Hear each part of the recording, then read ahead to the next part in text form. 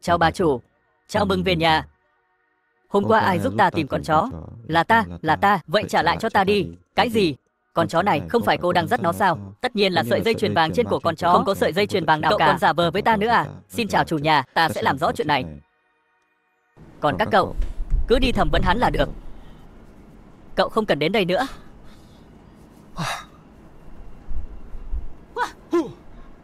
Tổ tổng ơi, lại định làm gì nữa?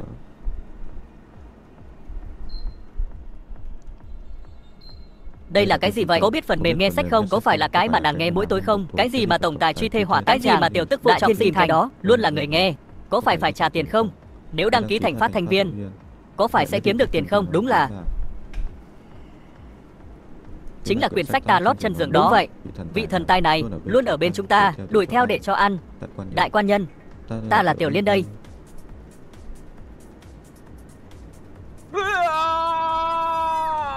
Quan nhân, hôm nay không ai được tranh giành với ta. Cô sờ vào đâu vậy? Hôm nay ai cũng đừng giành với ta. Quan nhân là của riêng ta. Cô sờ vào đâu thế? Quan nhân chẳng lẽ thấy nô gia hầu hạ không tốt? Chàng cưới Hoa Khôi ở Giai Ương sau đó không thèm để mắt đến chúng ta nữa. Hoa Khôi đã gả vào phủ thiên hộ của người, là cô nương Lâm Kiều Kiều đó. Âu Dương đại quan nhân, nhìn xem, chỗ to cần to. Điều điệu, cá búa giỏi.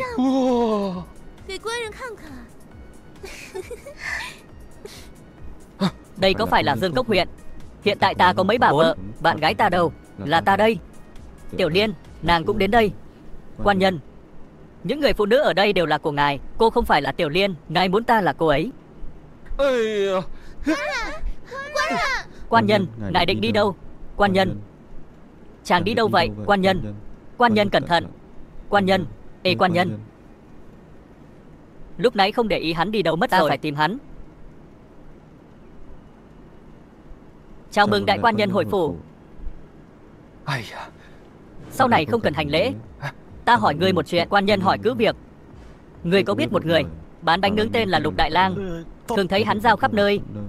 Gần đây ngươi có gặp hắn không? Còn sống không? Bánh nướng thơm ngon.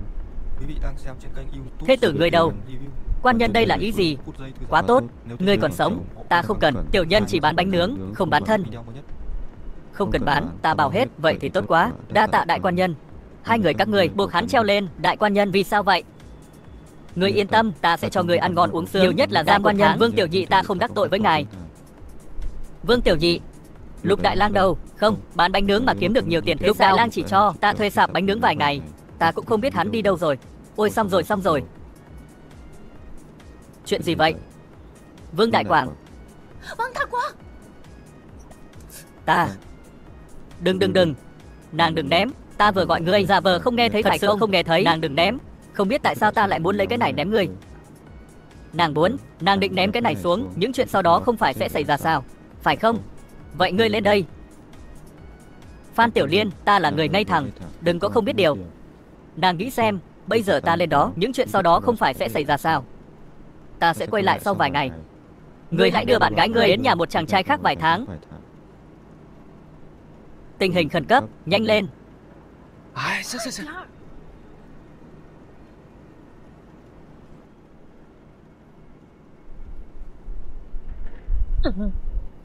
Chuyện gì thế? Ta không biết. Lúc đó vừa sấm vừa chớp, rồi ta đến đây, tay còn cầm một bát thuốc. Đến cảnh này rồi sao? Nên ta nói với người, tình hình khẩn cấp, người nghĩ cách đi.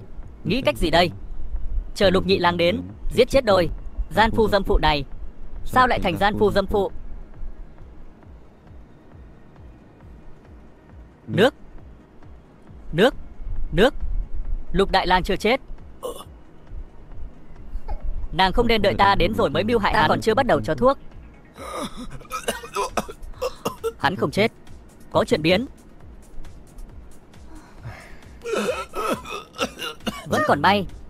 Nếu hắn không chết ta sẽ bị bệnh tim. Hai người gian phu dâm phụ làm những chuyện tốt đẹp gì? Đừng tưởng ta không biết. Chúng ta không phải là đôi gian phu dâm phụ. Hai người các người sau lưng ta thò thụt với nhau rồi phải không? Thò ra thụt vào rồi nói không phải. Đồ gian phu dâm phụ. Trong tay cô cầm cái gì thế? Các người còn muốn đầu độc ta? Không không, không phải thuốc độc à? Vậy cô uống. Vậy ngươi uống. Đại ca, tha cho chúng ta đi. Các người không uống. Các người không uống, ta uống. Không được, không được. Không uống. Không uống, ta làm sao về lại thực tại? Ngươi nói gì? Ngươi nói gì? Quay về thực tại. Ngươi cũng xuyên không đến đây. Các người có từng nghĩ nhân vật trong sách chết, chúng ta mới có thể trở về. Mau đưa thuốc cho ta. Ta không muốn bị kẹt trong cuốn sách này. Theo kinh nghiệm xem xuyên không trên kịch ngắn review của ta trong chuyện không thể đơn giản như vậy. Không thử thì làm sao biết được. Rốt cuộc ngươi là ai? Ta là Lục quản lý.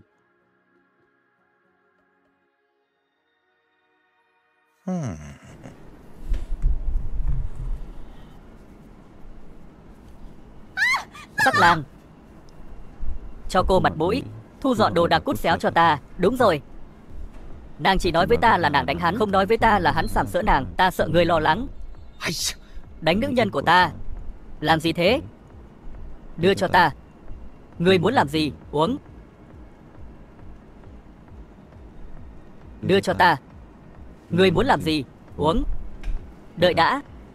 Bỗng thấy thê tử ngươi nói đúng. Chết chưa chắc đã về được. Không thử thì làm sao biết được. Đừng. Đợi thêm một chút. Nếu ta chết, đệ đệ ta chắc chắn sẽ tìm các người báo thù. Các người nghĩ xem kết cục trong sách. Nếu ta không chết, thế thì chuyện sau này sẽ không xảy ra. Chúng ta chỉ có sống mới có cơ hội quay về. Chả phải đúng thế sao? Biết thời thế là anh hùng. Ta quan trọng thế nào? Ta sợ cô ấy một cái thì sao? Ta đánh ngươi một cái, ta giết chết ngươi thì sao?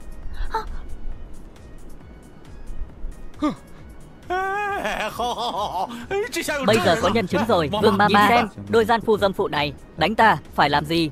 Người phụ nữ này nhìn thấy chúng ta giết bà ta, thế thì giết hắn nhanh lên. Phan Nương Tử, sao cô còn chưa hành động? Nếu cô không giết, chúng ta hoàn toàn xong đời. Bà có phải Vương Mama không? Sao thế? Sợ hãi rồi. Thậm chí cả ta cũng không nhận ra. Còn chờ gì nữa? Nhất định phải giết hắn sao? Phan Nương Tử, đừng để người khác thất vọng. Ấy, đừng giết ta. Ta không biết gì hết. Đại lang, ngươi không phải vừa gọi chúng là đôi gian phu dâm phụ sao? Ta hứa, ta sẽ không nói với nhị đệ ta. Ta thấy Lục Đại Lang nói rất chân thành. Hắn có lẽ không nói với ai. Âu Dương đại quan nhân, ta cũng già rồi. Ta luôn nghĩ ngươi là chúa tể của quận Dương Cốc chúng ta. Nếu ngươi tha cho Lục Đại Lang, ba chúng ta đều phải chết. Mau cho hắn uống thuốc đi. Không phải ta không muốn giết, mà là hết thuốc rồi. Hay là chúng ta từ từ tính, để ngày khác nói. Được. Dùng cái này. Không, bà bình tĩnh đi. Ôi trời, còn chơi hàng nóng. Thật à? Cứu ta với.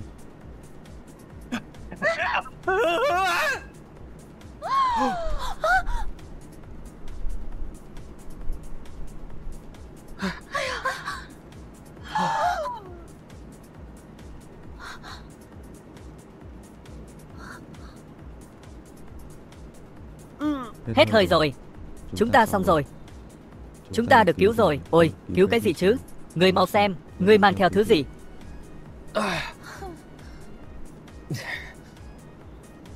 Có thuốc không? Bằng keo cá nhân được không? Ngươi nghĩ sao? Còn thuốc đau đầu, thử chết ngựa làm ngựa sống. Đúng rồi. Vẫn hết hơi, có thể đã chết thật. Âu Dương đại quan nhân, thật cẩn thận. Ngã chết không được. Còn để hắn cho uống thuốc, để hắn chết hẳn. Bây giờ vạn vô nhất thất rồi. Lục Nhị Lang kia cũng không thể tìm chúng ta gây phiền phức nữa. Chúng ta đều phải chết trong tay Lục Nhị Lang. Ta bị oan. Ta không giết oan một ai. Lục Nhị Lang tha mạng. Nhị thúc tha mạng. Giờ chúng ta khó thoát rồi. Chúng ta sẽ chết ở đây. Đừng sợ, Lục Nhị Lang đã bị đẩy ra biên ải rồi. Chỉ cần chúng ta khăng khăng rằng Lục Đại Lang chết vì bệnh thì không sao đâu. Sống được bao lâu nữa? 1 năm, nửa năm, 2 người kết hôn. Âu Dương Đại Quan Nhân và Phan Nương Tử thật là xứng đôi vừa lứa. Giờ lại bớt Lục Đại Lang cái gai trong mắt thì chẳng phải là mọi người đều vui sao? Tiểu Liên, nàng vẫn nên mau đến phủ ta thì an toàn hơn. Nói cũng phải. Vậy thi thể của hắn thì xử lý thế nào? Tối mai hành lễ, tối động phòng. Ngươi coi ta là tái giá à? Vốn dĩ chính là tái giá mà. Bà mới tái giá ấy, tối dễ ra tay hơn.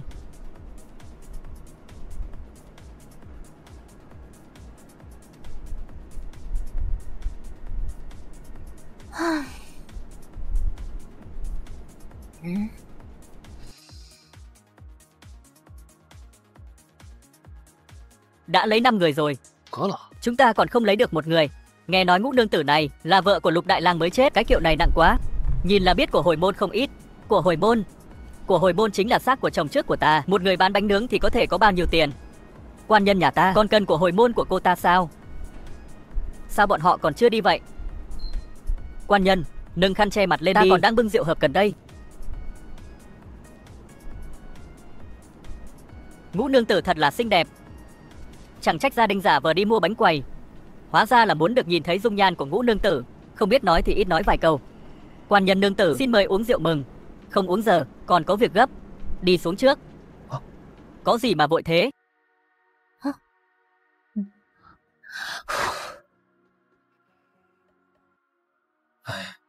Chôn nó ở đây đi. Xin lỗi Lục quản lý, không phải chúng ta muốn hại người, đừng trách chúng ta. Bắt đầu đi.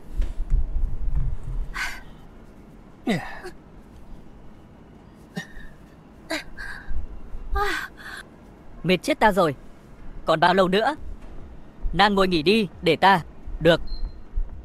Nhớ hồi mới quen nhau ngươi đi làm công trình. Đúng rồi, không thì làm sao có nền tảng mà làm. Hồi đó ngươi toàn bảo ta đừng vất vả, hóa ra ngươi ở công trường cũng vất vả. Công trường mệt hơn ở đây nhiều. Vài năm nay ngươi vất vả rồi. Vất vả gì đâu. Hơn nữa, sau này không phải đi làm bảo vệ rồi sao? Nhàn hơn nhiều. Ngày nào cũng phải cúi đầu chào người ta. Chỉ cần không ăn trộm cắp là được. Thì dù là tiền cực khổ cũng rất vui. Bây giờ ngươi có tiền rồi. Ngươi là đại ca ở Dương Cốc, tài sản có thể nói là giàu nhất huyện. Nàng bà nói thế. Hai ta, hay là đừng về nữa. Không về, nàng nghĩ mà xem, chúng ta ở phủ Thiên Hộ bây giờ ăn ngon mặc đẹp biết bao. Vậy thì ngươi phải đổi hết thê thiếp đi. Nàng là chính thất tuyệt đối không lấy thiếp. Còn cả tỷ nữ, trong phủ không được có một người đàn ông cũng không được, đều phải biến thành thái giám. Ôi, tàn nhẫn quá. Đẻ thêm mấy đứa con, 2 đứa con trai, 3 đứa con gái. Người trong sách có thể sinh con không? Thế chẳng phải muốn làm gì thì làm.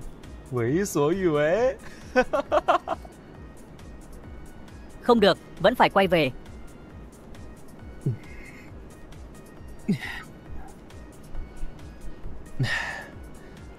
Nhanh lại đây, uống ngụm nước nóng.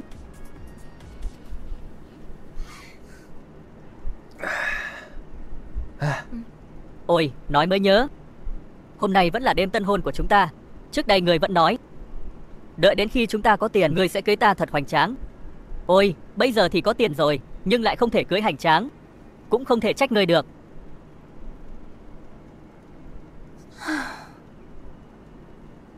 Sao lại thế này? Trong đồ ăn có độc.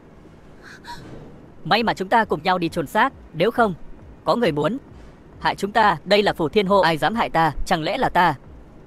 Nàng mới đến phủ này ai cũng chưa từng gặp nàng. Quên mất người có mấy lão bà rồi. Ta đã quên mất chuyện này. Đấu với ta. Ngày mai hãy xem. Ngồi ở chính vị, người lớn tuổi hơn chắc chắn là bà cả Ngô Vân Nương. Người có vẻ mặt quyến rũ hẳn là bà hai, Hoa Khôi Dài Ương Lâm Kiều Kiều. Nhát gan sợ phiền không dám nói nhiều, hẳn là Tam Nương Tử Mộng San. Quyền kim bình lục diễm kia là ngươi dùng để kê chân giường. Ngươi đã yên tâm đã lật nát mới kê chân giường. Tham kiến đại nương tử.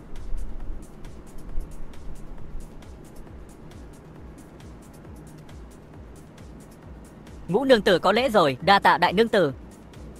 Tham kiến nhị nương tử. Ngươi nhận ra ta? Từ lâu đã nghe danh nhị nương tử, bộ dạng phú quý, nhận ra ngay. Miệng lưỡi khéo léo.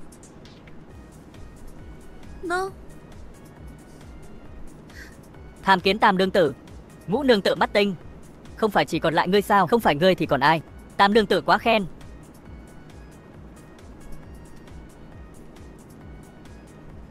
Quả nhiên là càng vào sau càng được cưng chiều. Ta mới vào đã được đại nương tử tặng một món quà, là chiếc nhẫn nhỏ xíu. Đại nương tử vẫn thiên vị. Nhẫn tuy nhỏ nhưng viên đá khảm lên thì rất quý. Nhị nương tử đừng so sánh, cũng coi như xong. Nhưng Mộng San này, chiếc vòng tay ngọc trai kia chân quý như bảo vật gì vậy? Ngay cả ta cũng không cho đụng vào, lúc này lại đưa cho nàng, tại sao vậy? Ta biết. Ta biết. Bởi vì những món quà của chúng ta đều do đại quan nhân tặng. Tam nương tử đối xử với chúng ta như tỉ muội, vì vậy hãy lấy những món quà mà đại quan nhân tặng với các tỉ muội. Điều này cho thấy phụ Âu Dương của chúng ta phu thê hòa thuận, gia đình bình an. Trời ơi, sao ta lại nói ra những lời cổ hủ lạc hậu như vậy, là ghê tởm. Ta đã nói rồi, miệng lưỡi của người khéo thật. Thôi, phu thê hòa thuận, gia đình bình an nhé. Đại quan nhân, dù nói là phu thê hòa thuận, nhưng ta thấy nguồn gốc của Ngũ nương tử này thật đáng ngờ. Đáng ngờ thế nào? Ta cảm thấy dường như nàng không nên xuất hiện trong phủ của chúng ta. Ta cũng biết ta không nên xuất hiện ở đây, nhưng ta cũng không biết đi đâu. Nghe nói trước đây nàng bán bánh trôi, là vợ của Lục Đại Lang. Bỗng nhiên Lục Đại Lang chết bất đắc kỳ tử, chưa kịp mặc đồ tang đã thay đồ cưới, biến thành Ngũ nương tử của chúng ta. Các người thấy có kỳ lạ không? Kỳ lạ cái con khỉ. Sao ngươi lại nói tục như vậy? Quên đi, đều là tỉ muội. Ngũ nương tử đã gả vào phủ Thiên Hộ, những lời lẽ thô tục này cũng nên sửa lại. Nhị nương tử người cũng vậy, đừng so đo quá. Hồi mới về nhà chồng, đem theo thói quen của Giai Ưng Lâu, nhà này không chứa nổi. Ta nói đại nương tử, đừng có chuyện bé xé ra to cứ nhắc đến Giai Ưng Lâu của ta được đều không? Là tỉ muội, bỏ qua đi. Người cũng đừng luôn đóng vai người hòa giải được Lâm không? Kiều, nàng làm loạn đủ chưa? Ta cưới vợ còn phải để nàng hiểu rõ. Ta chưa mặc đồ tang đã lấy chồng đều có lý do cả. Lý do gì? Nói thử xem. Vì Lục Đại Lang nợ rất nhiều tiền, chết rồi mà không trả được. Ta là nữ nhân, làm sao trả hết được? Quan nhân thấy ta đáng thương, đã trả hết nợ thay ta. Ta không có gì báo đáp, chỉ có thể lấy thân báo đáp. Tiểu Liên, đại quan nhân. Nàng nói làm ta ngượng chết. Ngươi tưởng ta nói không ngượng à? Vậy tại sao các ngươi nửa đêm lại gả vào đây? Vì muốn chôn. Chôn cái gì? Vì ta muốn đem lòng biết ơn của đại quan nhân chôn giấu trong lòng. Người ngoài không biết ta vì báo ơn mới gả cho đại quan nhân. Sợ người ta đàm tiếu đại quan nhân, nên để giữ gìn danh tiếng của đại quan nhân, ta chủ động xin nửa đêm vào phủ. Đại quan nhân ở huyện Dương Cốc vốn là người hay làm việc thiện, hành hiệp trượng nghĩa. Hả? Hồi đó Mộng San gả vào cũng vậy. Quan nhân thấy nàng một mình, không nơi nương tựa đáng thương, nên đã đón nàng vào phủ. Chàng lúc đó là thấy Mộng San đáng thương. Ta thấy chàng là thấy của cải của nàng chứ? Ngậm miệng. Ta vẫn thích Gia Trạch hòa thuận, nhưng nếu có kẻ nào làm bẩn thanh danh quan nhân sẽ không tha, nhất định phải đuổi ra khỏi phủ. Hôm nay đã gặp 3 vị tỷ tỷ, không biết còn một vị nữa không? Hôm nay đã gặp 3 vị tỷ tỷ, không biết còn một vị nữa đâu. Người nói là tứ nương tử Nguyệt Nga phải đến không? Rồi, mau dâng trà đi, ta rất bận. Không cần hành lễ, quá phiền phức.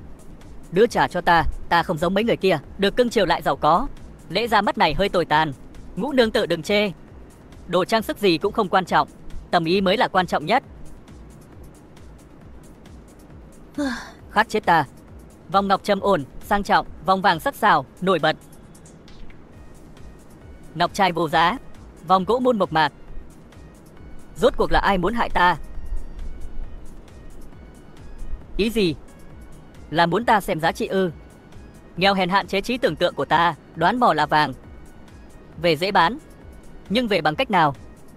Nguyệt Nga, sao cô lại làm thế này? Lửa bếp chưa nhen, để cô làm quản gia bếp, chứ không phải để cô nhóm lửa nấu cơm. Các tỷ nữa đầu. Ồ, biết quan tâm người khác thật. Nói thêm, Tiểu Liên mới vào phủ, phải hỏi xem nàng ấy muốn ăn gì chứ. Thật biết quan tâm người khác. Có hết chưa? Làm đàn ông có khó vậy sao? Lũ tỷ nữ mãi không nhóm được lửa, chắc là do củi mới mua bị ẩm. Sợ chậm trễ việc nấu ăn nên ta kéo cô hầu gái ra nhóm lửa, kết quả là lửa cháy hết cả người. Nhưng mà Nguyệt Nga, cô thực sự dám uống trà của cô ấy sao? Nếu là ta không dám uống đâu. Nếu là ta không dám uống đâu. Cô đừng có ở đây mà nói bóng gió, ta chỉ nói thẳng thôi. Cô nói đại quan nhân của chúng ta đã trả nợ thay cô lấy thân báo đáp, như vậy cũng hợp lý chứ. Vậy sao cô không nói Lục Đại Lang chết thảm thế nào? Ta nói cô cũng không tin. Ôi trời, bà chơi thật à? Cứu mạng, đuổi theo.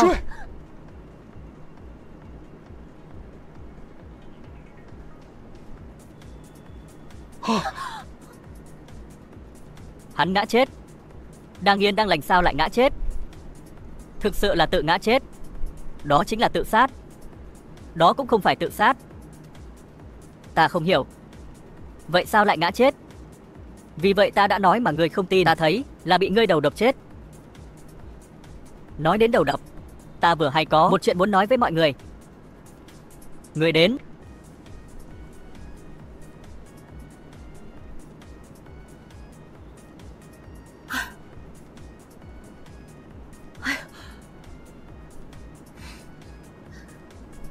Ngũ nương tử, món ăn này và con chó chết là sao? Đây là đồ ăn tối qua gửi đến phòng Tiểu Liên. May mà chúng ta không ăn. Không biết con chó hoang nào ăn vào là chết ngay. Còn có chuyện như vậy sao? Nhất định phải điều tra nghiêm. Vậy sao các người không ăn? Còn vì sao nữa? Đang bận quẹt thẻ chứ sao? Những bát đũa chén rượu này đều không phải là đồ dùng trong phủ. Nàng mà cũng phân biệt được. Đại quan nhân, người quên rồi. Đồ dùng trong phủ của chúng ta đều được đặt làm riêng, có in dấu ấn của phủ. Nhưng những chiếc bát này đều không có. Vậy thì những chén đũa này không phải của phủ ta. Người đưa cơm hôm qua có phải người của phủ chúng ta lúc không? Đó mọi người đều đang náo loạn để xem cô dâu, không để ý xem ai là người mang đồ ăn. Vậy thì không có bằng chứng rồi. Làm sao tra ra được? Chắc là người không muốn tra ra đâu. Phan Tiểu Liên, cô muốn nói gì? Ý cô là ta muốn hại cô. Tại sao ta phải hại cô? Vì ta gả vào đây. Cô ghen tị. Ta ghen tị với cô. Trong nhà Giao Hương, rất nhiều mỹ nhân muốn đẩy ta lên làm hoa khôi. Ta đẹp như hoa, sáng như trăng. Trong phủ chỉ có mấy người các cô. Ta vẫn là hoa khôi. Câm miệng. Mặc dù ta luôn bao dung và nhường nhịn các cô, nhưng nhị nương tử, người thật quá đáng. Trừng phạt người cấm túc để suy nghĩ lại. Còn Ngũ nương tử, người hiếu thắng, làm việc không chừa đường lui, mới gả vào phủ không hiểu phép tắc. Lần này sẽ không phạt người. Người tự biết mà làm. Chia tay. Tiểu Liên đừng làm loạn. Nếu không, uống chút nước nóng cho hạ hỏa. Dù sao nàng cũng đúng, còn ta sai hết. Người đang cố gắng nói thêm để chọc giận ta à? Lần nào nàng cũng thế, cứ giận là bắt ta đoán. Người nói đi gặp họ để tìm manh mối. Ta thấy người muốn khoe với ta cuộc sống sung sướng của người với 3 vợ 4 đảng hầu, oan uổng quá. Người xem. Vòng tay 4 cái, vừa ở trong phòng khách. Ta biết nàng định nói gì rồi. Trong này vòng tay vàng là tốt nhất. Ta này vàng dễ bán. Ta khinh. Tại sao món quà đắt nhất lại là của Mộng San tặng? Có phải người thích cô ấy hơn không? Nàng nghĩ sai rồi. Nàng xem này, những người phụ nữ này họ đều rất giàu. Họ lấy tiền ở đâu ra? Hãy nghe ta nói này. Trước hết là Ngô Vân Nương. Cô ấy là con gái của thiên hộ vệ trái của huyện Linh Tiêu. Đám hồi môn của cô ấy rất khủng. Sau đó là người vợ thứ 3 của ta, Mộng San. Cô ấy thì vốn dĩ là vợ lẽ của đại quan nhân. Sau này bà cả không thích nàng, ép nàng ta ly hôn với đại quan nhân. Nhưng lại ngầm tặng nàng ta rất nhiều tài sản. Tiền hồi môn của Ngô Vân Nương, tài sản của Mộng San đều thuộc về ngươi. Phải thế chứ? Chẳng trách Lâm Kiều Kiều nói ngươi là vì tài sản của Mộng San. Lâm Kiều Kiều có tiền không? Lâm Kiều Kiều à? Hoa khôi của Giai Ương Lâu, mặc dù danh tiếng không tốt, nhưng rất giàu có. Đỗ Thập Nương tức giận ném Dương Báo xuống sông. Vậy thì Nguyệt Nga chắc là không có tiền rồi. Không những không có tiền, mà còn thường xuyên bị các phòng khác bắt nạt. Người không cưng chiều cô ấy à? Nàng chính là người bắt nạt nàng, vì đáng ghét. Sau này đối xử tốt với nàng một chút không được sao? Người nói xem, Lâm Kiều Kiều tại sao lại luôn nhắm vào ta vậy? Đại nương tử, Ní hảo. Bây giờ mới hiểu được tâm trạng. Muốn làm hoàng hậu phi tần trong cung đấu kịch. Còn mẹ đó, vị trí đó đáng lẽ phải là của bổn cung. Hả? Ta thấy quy củ này có thể bỏ. Ý ngươi là gì? Ý là giữa chúng ta không cần hành lễ nữa. Cô vào cửa muộn, cớ gì không hành lễ? Cô là thiếp, chúng ta cũng là thiếp, thân phận như nhau, cần gì phải hành lễ? Nói đi nói lại, ngươi chỉ thấy mình vào cửa muộn phải hành lễ với tất cả mọi người. Dù sao thì đây là ý của ta, cũng là ý của đại quan nhân. Ngươi lấy đại quan nhân ra để áp chế ta. Đại nương tử, ngươi nói thế là sao? Tỷ muội phải hòa thuận. Nhà cửa mới bình yên, luôn luôn là mấy câu đó. Rõ ràng là cô ta vừa vào cửa đã nhắm vào ta, làm cho nhà cửa bất an. Đã là ý của đại quan nhân, vậy thì mấy người các ngươi sau này không cần hành lễ. Nếu không có việc gì, ta sẽ về bếp trước. Bếp đã có người đầu độc, phải trông coi cẩn thận. Ai biết được kẻ tiếp theo có phải là chúng ta không? Đứng lại, đứng lại. Vụ đầu độc thức ăn tối hôm đó, bát đũa không phải từ trong phủ, người đưa thức ăn cũng không biết là ai. Gặp phải chuyện như thế này, ta tin rằng Nguyệt Nga tự trách mình hơn bất kỳ ai. Cô ấy trông coi không cẩn thận thì phải tự kiểm điểm chứ. Ai chê bai thì tự vào bếp mà trông. Làm việc còn bị chê bai, cô nói xem có đúng không? Đem chứng cứ đến nhà môn, trả rõ ràng. Cô nói có khéo không? Hôm qua chứng cứ đã bị trộm mất rồi. Đã có chuyện như vậy, đầu tiên là có người đầu độc, bây giờ lại xuất hiện kẻ trộm. Lũ người này càng ngày càng vô pháp vô thiên. Không cần hoảng sợ. Trước đây đại nhân đã quyền tặng chức vụ thiên hộ, cũng coi như là người trong nhà môn này sẽ không dễ dàng bỏ qua. Sau này ta sẽ cẩn thận hơn. Không những không có tiền, còn thường xuyên bị các phòng khác bắt nạt. Ngươi không cưng chiều nàng sao? Chính nàng bắt nạt nàng dữ nhất. Đa tạ tứ nương tử. Quý vị đang xem trên kênh YouTube kịch ngắn review. Người này hành sự điên điên khùng khùng, lúc thì nhắm vào ta, lúc lại hành lễ với đầu bếp. Còn không phải là dựa vào sự thiên vị của đại quan nhân sao? Nàng nói đúng đấy đại nương tử. Tiểu Liên, nhị nương tử có một điều nói không sai. Đại quan nhân không thể có bất kỳ sự thiên vị nào, gia trạch này mới có thể hòa thuận. Hắn thiên vị ta thế nào? Nghe nói từ khi cô gả vào phủ, đại quan nhân chưa từng đến phòng khác. Như vậy không hợp lễ. Đại quan nhân giờ là thiên hộ, nếu chuyện này truyền ra ngoài sẽ không có lợi cho đại quan nhân. Lễ gì mà lạ vậy? Tìm thấy rồi. Lễ ký nội trách. Thê thiếp trong nhà chưa quá 50, chồng cứ 5 ngày phải ở cùng nàng một lần. Nếu thê thiếp nhiều thì xếp theo thứ tự tuổi. Đây là quyển sách vớ vẩn gì thế? Không biết Lâm Kiều Kiều và Mộng San bao nhiêu tuổi? Ngươi xếp thử xem. Ta nào dám. Ngươi còn phải đi. Đi đâu? Đi phòng của mấy bà thiếp của ngươi. Chúng ta đã lãng phí quá nhiều thời gian rồi, phải tranh thủ thời gian về thôi. Trước tiên chúng ta phải tìm hiểu rõ tình hình trong phủ, bạn bè của ngươi, kẻ thù của ngươi, người muốn hại ngươi. Còn có người nào giống như Lục quản lý cũng là người xuyên không? Vậy ta nên đi đầu trước. Hoa Khôi Giai Ương lâu, phòng của Lâm Kiều Kiều.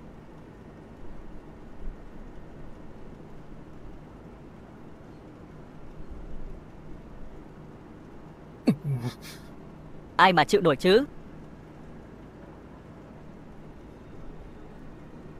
Đại quan nhân. Đại quan nhân, chẳng sao vậy? Trước đây không phải chàng thích nhất ta nhảy múa sao?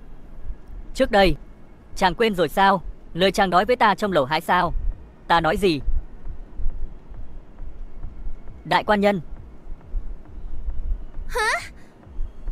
Lâm Kiều Kiều ngươi làm gì vậy? Ngươi không biết đại quan nhân là người của ta sao? Muốn cướp người của ta à? Đợi ngươi làm hoa khôi rồi hãy nói tiếp. Đại quan nhân người xem. Ngươi nói. Được, ta nói. Đợi ta rước Lâm Kiều Kiều về phủ, nhất định chỉ ở bên Kiều Kiều, một đời một kiếp một đôi, tuyệt không lấy thêm thiếp. Nếu không, ngũ lôi oanh đình. Được. Nói đi. Giờ chàng đã lấy mấy người thiếp rồi, sao xét không đánh chết đi? Có lẽ ngày đó thì không phải là ta. Chàng không nhận thì thôi. Giờ còn hiếm khi đến phòng ta, còn vô tình như vậy.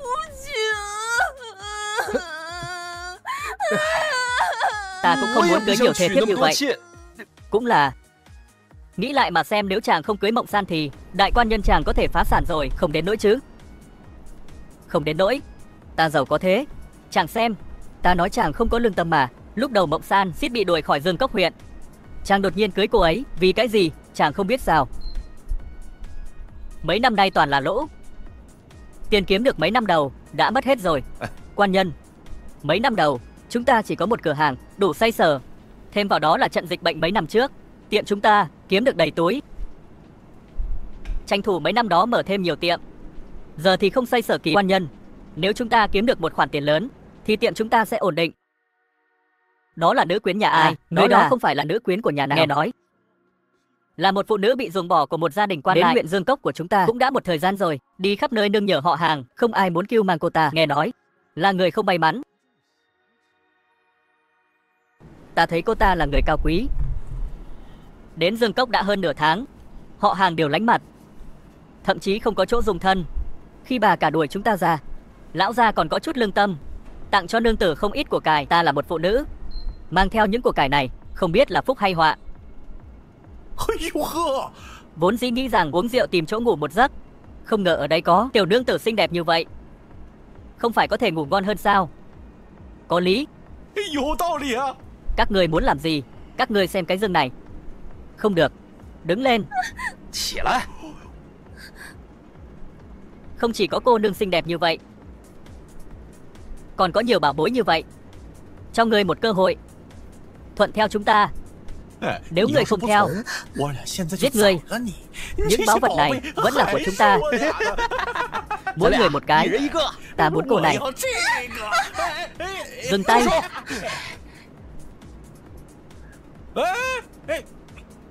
Cô nương, đừng sợ, có ta ở đây.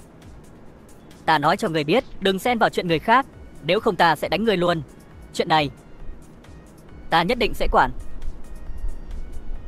Đại quan nhân hiếm khi đến, không đi cùng Ngũ nương tử sao? Chính nàng ấy bảo ta đến, Ngũ nương tử mới đến phủ đã hành xử như vậy, là người có lòng tốt. Có phải không hợp khẩu vị không? Bị đồ ăn có độc làm sợ. Đại quan nhân nghi ngờ ta sao? Ta từ khi ở trong miếu đổ nát được đại quan nhân cứu ra, thì đối với đại quan nhân một lòng một dạ. Đại quan nhân không chê ta là phụ nữ bị bỏ rơi, từ trong miếu đổ nát cứu ta ra. Đáng thương, nàng còn không biết Âu Dương Khánh chỉ tham đồ của cưới ta làm thiếp. Đại quan nhân chính là ân nhân của ta, ta sao có thể hại đại quan nhân được? Ta không nghi ngờ nàng, chỉ là vẫn chưa tìm ra hung thủ, cũng là phiền phức. Ấy Mộng San, nàng thấy ai sẽ hại ta? Theo lẽ thường, tứ nương tử bị tình nghi lớn nhất, nhưng tứ nương tử ngày thường làm người luôn luôn đàng hoàng, không giống như người sẽ hạ độc. Mà nhị nương tử không sao, nàng cứ nói thẳng. Nhị nương tử ngày thường chuyên quyền ngang ngược, ngay cả lời của đại nương tử cũng không để vào mắt. Ngày thường nếu đại quan nhân đến phòng của ai, sẽ chửi ra rất nhiều lời khó nghe. Hơn nữa, gần đây đại quan nhân còn cưới Ngũ nương tử, còn luôn sủng ái Ngũ nương tử, Lâm Kiều Kiều, giống như rắn rết. Ta cũng chỉ đoán bừa thôi. Ấy Mộng San, ta còn một câu hỏi, nàng có phải từ bên ngoài đến không? Ôi không phải, không phải. Mộng San cũng là người trong sách.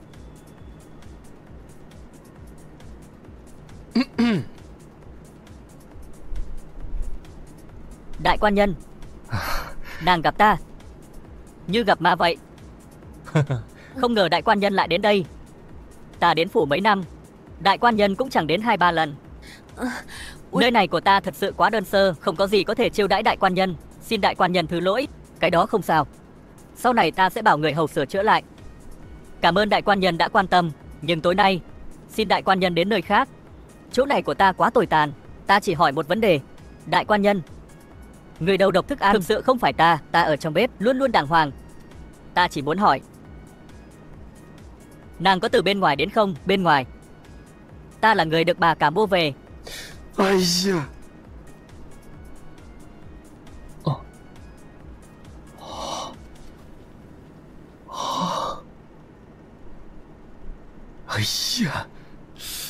Ngũ nương tử mới vào phủ, thật xinh đẹp. Ta nói này, vẫn là nhị nương tử đẹp hơn. Nhị nương tử thắng ở vẻ yêu kiều, ra từ giai ương lâu. Yêu kiều có gì không tốt?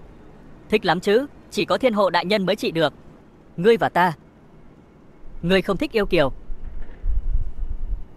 dịu dàng đáng yêu, đó là tam nương tử.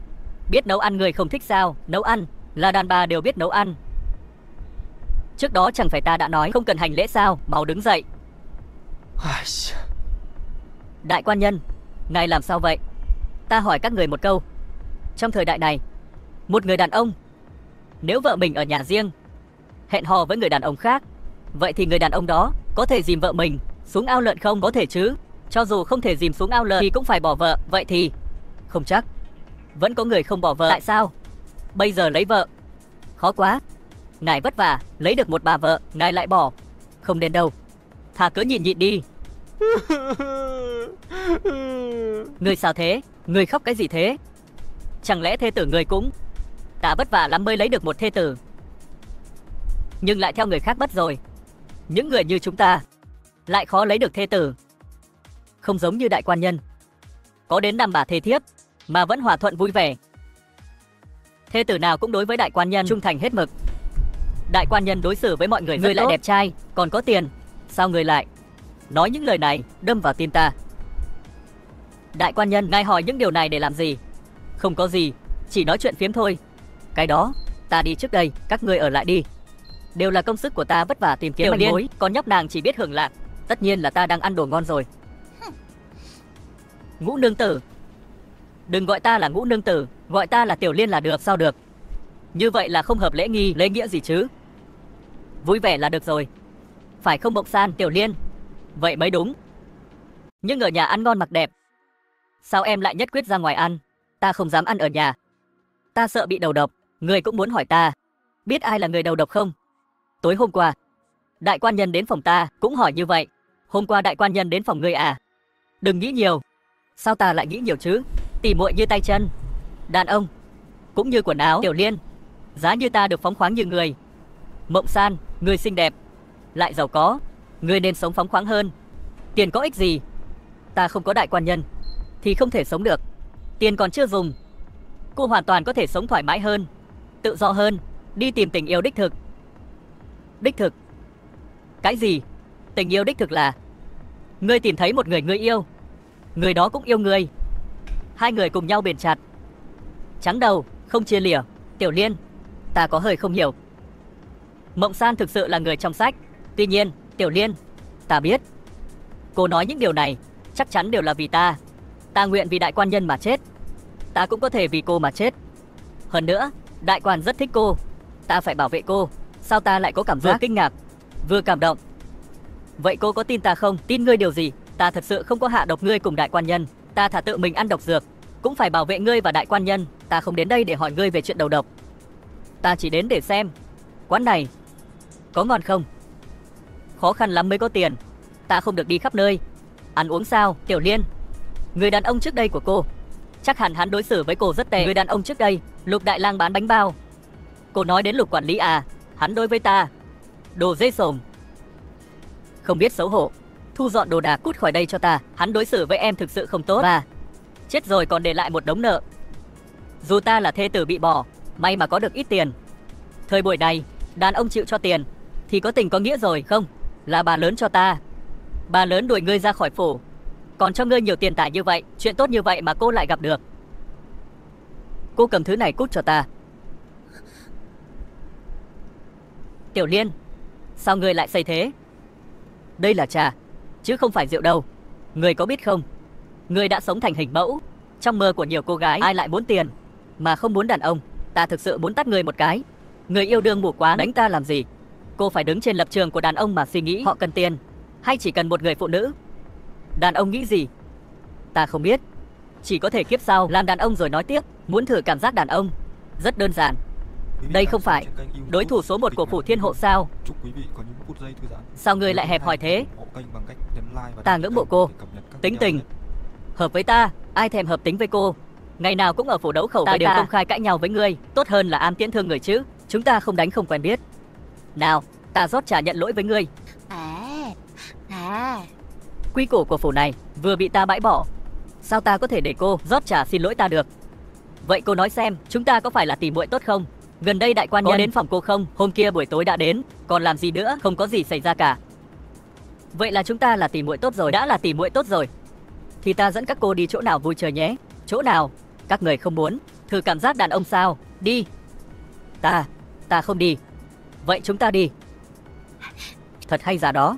Muốn nếm trải cảm giác đàn ông thì nơi đây thích hợp nhất. Công tử. Vị công tử này là người của ta. Yến Yến, vị này là công tử họ Phan. Các người phải hầu hạ cho tốt. Vâng. Cảm giác của đàn ông thật là sướng chết đi được. Của ta.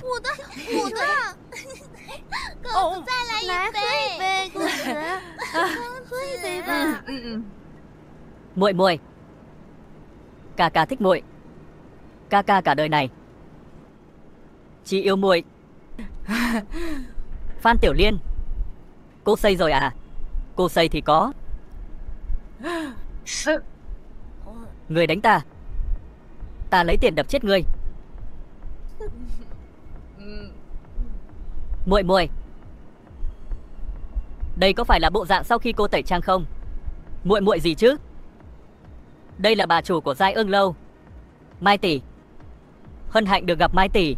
Ta còn có việc, ta đi trước. Đứng lại.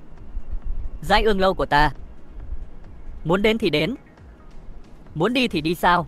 Ta đã cho tiền rồi. Vậy chẳng phải là muốn đến thì đến, muốn đi thì đi sao? Phan Tiểu Liên, cô còn giả vờ nữa à? Mai tỷ, không tệ chứ? Không tệ, không tệ. Lấy tiền.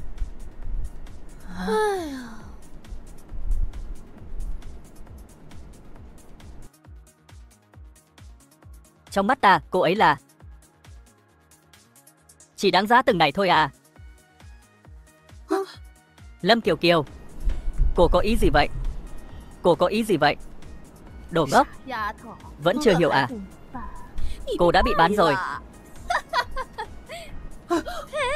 Đứng lại. Lâm Kiều Kiều, cô giả vờ rót trà xin lỗi ta, hóa ra là muốn lấy lòng tin của ta. Ta là người có thể uống mình. Con trà xanh. Mắng đi. Xem ta có thể bớt đi một miếng thịt nào không? Cô có tin không? Về thiên hộ đuổi ngươi ra ngoài không? Giờ ta chính là người đuổi cô ra ngoài. Đi đi. Mai tỷ, ta cũng có tiền. Ta cho tỷ. Tiền của cô khi uống rượu đã dùng hết ở đây. Ai uống chén rượu này với ta? Một chén 100 lượng. Ai nào? Ai đây? Đã nhớ ra chưa? Uống rượu thật là hỏng việc. Đưa cô ta lên lầu. Buông ta ra. Xong rồi. Làm sao bây giờ? Ta không khỏe. Tìm cho ta một lăng y. Ta không khỏe. Đòn này vô dụng, bỏ đi. Mau nghĩ cách đi.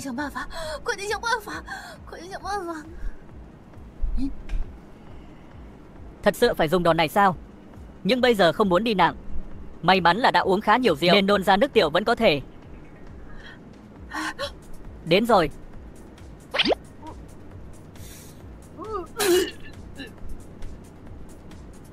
Người đâu đến? Mau đưa cô ta đi.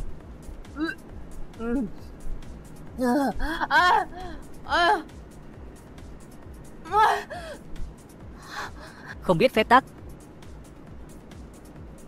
Yến, cô là ai vậy? Hôm qua chúng ta mới cùng nhau uống rượu. Không quen biết. Một chén rượu 100 lượng. Phan công tử. Ngươi. Phan công tử, nhớ ra rồi. Mọi người mau lại xem. Đây là Phan công tử hôm qua một chén rượu 100 lượng. Ngươi đừng nói. Phan công tử, sao ngươi lại là phụ nữ vậy? Đây là đang làm gì vậy? Ăn mặc đẹp để chọn Hoa Khôi. Hoa Khôi chính là một trong số chúng ta đây. Người đẹp nhất thì gọi là Hoa Khôi. Tối nay chúng ta có tiệc Hoa Khôi. Chúng ta phải lên đó trình diễn. Sau khi đã trang điểm, trong buổi tiệc tối đều là công tử nhà giàu. Họ sẽ chọn ra người đẹp nhất trong chúng ta. Người được chọn sẽ được chàng rước về nhà. Những công tử khác cũng có thể chọn người rồi có thể đưa nàng về nhà. Họ sao có thể như vậy? Đối xử với phụ nữ như một vật, không thể tự hạ thấp mình như vậy. Làm sao có thể gọi là tự hạ thấp mình? Đây là cách duy nhất chúng ta có thể nghĩ ra để rời khỏi đây. Đúng vậy. Hoa Khôi Lâm Kiều Kiều lần trước đã dùng cách này để gả cho Âu Dương đại quan nhân. Đến Lâm Kiều Kiều ta đau lòng lắm. Thôi Phan cô nương, cô cũng mau trang điểm đi. Biết đâu cô cũng tìm được một nhà tốt. Ta không trang điểm đâu. Ta không lấy chồng. Không được. Con gái ở đây đều phải tham gia. Đúng vậy, ta có thể trốn đi. Trốn ở đâu? Có chỗ nào để trốn ở đây?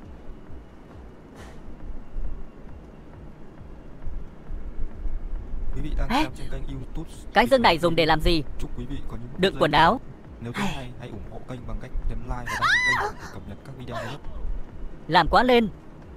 Đúng rồi, cứ như vậy. Thường thấy mà, không thì các cô sao lại vội lấy chồng? Cái dương này ta vừa có thể vào trong. Ấy Phan cô nương, nếu cô biết người này lắm mồm, chắc chắn có kẻ là tai mắt của Mai tỷ. Nếu để bà ta biết, bà ta không phải là người tốt lành gì đâu. Nếu bà ta gả cô cho người đàn ông kinh tởm nhất trong bữa tiệc tối, cô sẽ làm gì? Thật không dám nghĩ. Ta có thể trang điểm cho các cô, còn ta có thể giúp trang điểm cho từng người trong số các cô, để mỗi người trong số các cô đều tìm thấy vẻ đẹp nhất của chính mình, sau đó đều tìm được một gia đình tốt để lấy trang điểm. Còn cần cô giúp sao? Các người có thể giỏi hơn ta. Người bán hàng lâu năm của thương hiệu mỹ phẩm nổi tiếng này không? Đừng làm hỏng lớp trang điểm của ta, hãy tin ta một lần. Mộng San. Mộng San. Quan nhân. Sao hôm nay lại đến đây nữa thế? Hay là ở nhà với Tiểu Liên đi? Nàng có thấy Tiểu Liên không? Cô ấy không có ở trong phòng à? Tối qua cô ấy đã không về, hôm nay cũng không thấy người đâu. Đã hỏi những người khác chưa? Đều nói không thấy. Nàng và Tiểu Liên quan hệ tốt. Nàng biết cô ấy đi đâu không? Hôm qua Tiểu Liên hẹn ta đi ăn tối ở quán rượu. Hai cô gái các nàng ra ngoài vốn không an toàn, dám đi quán nhậu, còn uống rượu à? Chúng ta chỉ ăn cơm thôi, uống trà nói chuyện, không uống rượu. Còn ai khác không? Chỉ có hai chúng ta. Nhưng lúc sắp đi thì nhị nương tử cũng đến, Lâm Kiều Kiều. Sau đó thì sao? Sau đó nhị nương tử nói muốn dẫn theo Tiểu Liên đi một nơi vui chơi. Ta không thích chơi nên không đi. Hồ đồ. Lâm Kiều Kiều có thể tin sao? Là nhị nương tử rót trà hành lễ. Tiểu Liên lúc này mới tin nàng. Đi tìm Lâm Kiều Kiều. Nhị nương tử, người có ở đó không nhị nương tử? Lâm Kiều Kiều, ra đây.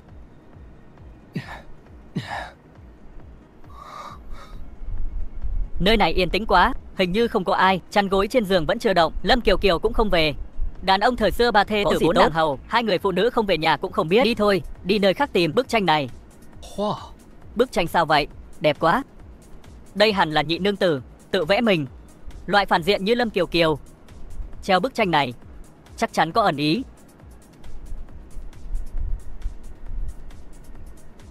Không biết bên trong có nguy hiểm gì. Đợi ta ở ngoài trước. Không, ta muốn đi cùng chàng. Bất kể gặp phải nguy hiểm gì, ta sẽ che chở cho chàng. Đồ ngốc này. Ta cần nàng bảo vệ sao? Đi thôi. Trong nhà tối quá. Có nến, để ta đi tìm diêm. Không cần. Cái gì đây? Đây là bảo bối. Đây là bảo bối. Bảo bối thì ta đã thấy nhiều rồi, nhưng mà ta lại chưa từng thấy thứ này. Cho ta. Không được. Ta chỉ có một cái. Ta không lấy không. Ta đổi với chàng. Đây là cái gì vậy? Sáng thế này chắc hẳn là vô giá. Đổi không? Đổi.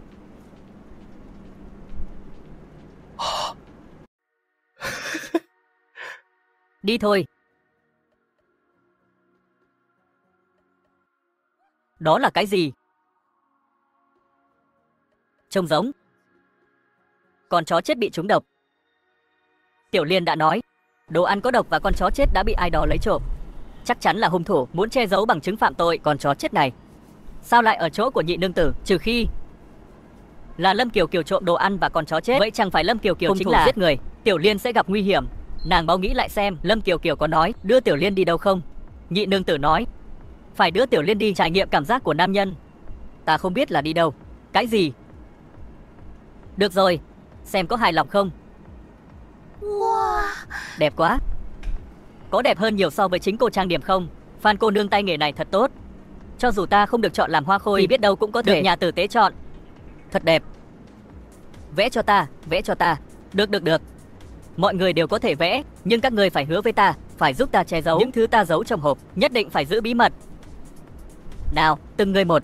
Ta trước. Cái này cho ta. Cầm lấy đi. Giúp ta đóng hộp lại. Cái hộp này, nếu người chết trong đó thì sao? Vừa rồi trong hộp có gì? Chuột, có chuột thì sẽ có lỗ. Lỗ. Đúng rồi, như thế này ta có thể thở được trong đó. Giúp ta.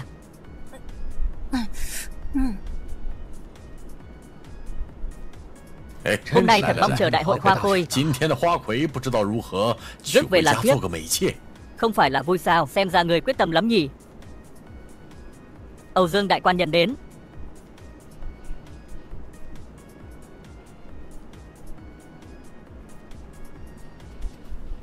Sao hắn lại đến đây? Hắn không thể biết được ta lừa Phan Tiểu Liên đến đây.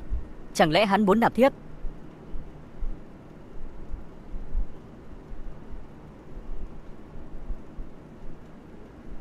Nàng có thể nghĩ lại xem Lâm Kiều Kiều có nói đưa Tiểu Liên đi đâu không? Nhị nương tử nói muốn đưa Tiểu Liên đi. Cảm nhận niềm vui của đàn ông. Ta không biết ý chỉ nơi nào. Cái gì? Âu Dương đại quan nhân cũng tới. Âu Dương đại quan nhân đẹp trai quá. Âu Dương đại quan nhân nhất định là đến cưới ta. Nghĩ rằng người đẹp ai cũng có phần. Đúng vậy. Quan nhân Âu Dương đã đến. Sợ rằng chàng không cưới được Hoa Khôi rồi. Gia sản nhà ta cũng không kém gì nhà họ Âu Dương. Vậy thì ngươi có như quan nhân Âu Dương tiêu sái không? Chúc quý vị có những phút giây thư Các vị khách quan đừng chớp mắt. hãy ủng hộ kênh bằng cách nhấn Các like cô nương, và đăng ký kênh để búa cập nhật lên. các video mới nhất. Đến rồi. Cái này ta thích. Cái kia cũng tốt.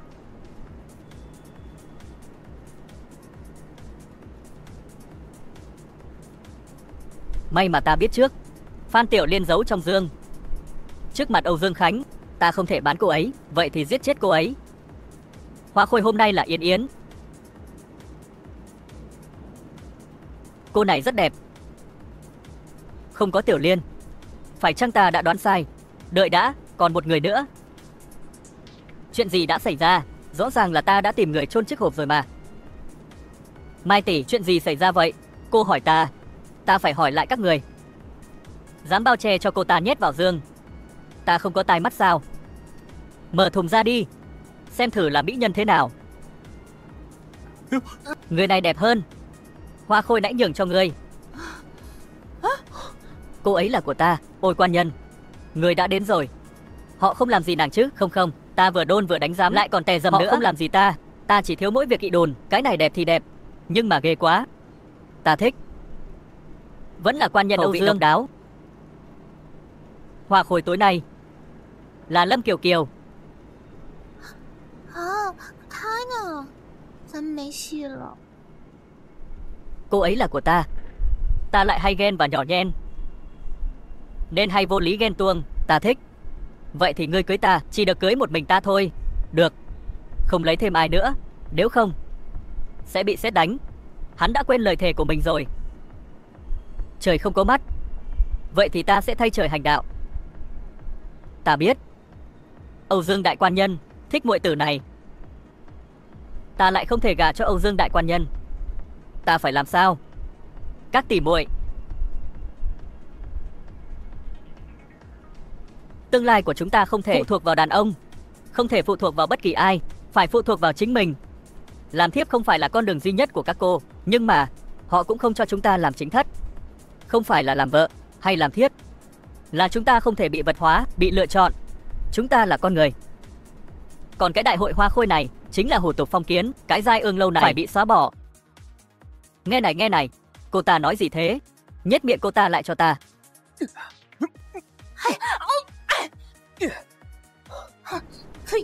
Dám động vào nữ nhân của ta, ta đập nát cái lẩu xanh này. Ngươi dám?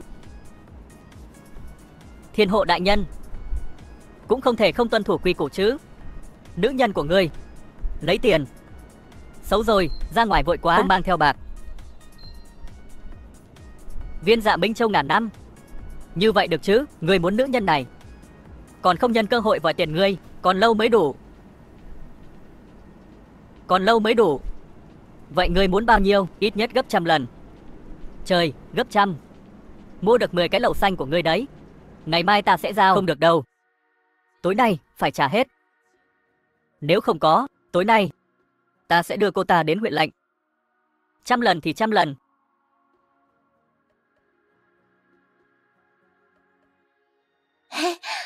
Ngươi là ai? Âu Dương đại quan nhân Tam nương tử. Mộng San, sao ngươi lại đến đây? Ta đến cứu ngươi. Ta đã nói, ta thích đại quan nhân. Đại quan nhân thích ngươi, vậy ta cũng thích ngươi. Ta muốn bảo vệ ngươi, ta cũng thích ngươi.么么哒。 Mai à? Sao ta nghe lời này hơi mơ hồ nhỉ? Mộng San, nếu nàng thực sự cho, nàng sẽ không còn tiền nữa. Không sao đại quan nhân, ta đã có bảo vật hiếm có. Hắn lừa cô, thứ đó không đáng giá. Đây là vật trao đổi giữa ta và đại quan nhân. Đối với ta, đây chính là báu vật. Ôi, đồ ngốc này. Ta muốn bảo vật vô giá đó. Người muốn cái bật lửa, không muốn bảo vật Dạ Minh Châu này. Thứ vô giá trị, thực sự không đáng giá. Đừng có lừa ta. Các người càng nói không đáng giá, thì thứ đó càng đáng giá. Không, ta không cho. Cho cô ấy, ta sẽ lục lại cặp. Nhanh lên. Ngươi là ai? Đừng lại gần, ngươi là ai? Nếu không ta sẽ giết cô ấy. Ngươi rốt cuộc là ai? Ngươi rốt cuộc là ai? Lâm Kiều Kiều. Sao lại là cô chứ? Trời đánh tránh bữa ăn. Hôm nay ta thay trời hành đạo, ta có làm gì cô đâu. Ngươi thề chỉ cưới một mình ta. Kết quả ngươi xem ngươi cưới bao nhiêu người. Ta thề chỉ cưới một người. Nhưng không phải cô. Ngươi nói bậy. Ngươi hứa chỉ cưới một người, ngươi bây giờ cũng không làm được, đừng làm loạn nữa. Vậy ngươi giết hắn đi, kéo Mộng San làm gì? Ta nguyện vì đại quan nhân mà chết. Câm miệng đi, đổ não tình yêu. Cô ta chỉ là một người nữ nhân, ngươi trao đổi tín vật với cô ta còn mặt mũi nào nữa? Mặt mũi có quan trọng đến vậy sao? Mau thả Mộng San ra ngay. Cô hãm hại Tiểu Liên, ta sẽ không truy cứu cô nữa. Ta không tin lời ngươi nói, ngươi chỉ muốn đưa ta về Giai Ương lâu, ta không có. Dù sao thì phủ ta cũng không thể trở về được nữa, để các ngươi đều chôn cùng ta. Ta sẽ đốt cháy tất cả. Đừng hòng đưa ta về, ta thực sự không. Ngươi lừa ta. Người này điên rồi. Mọi người chạy nhanh lên.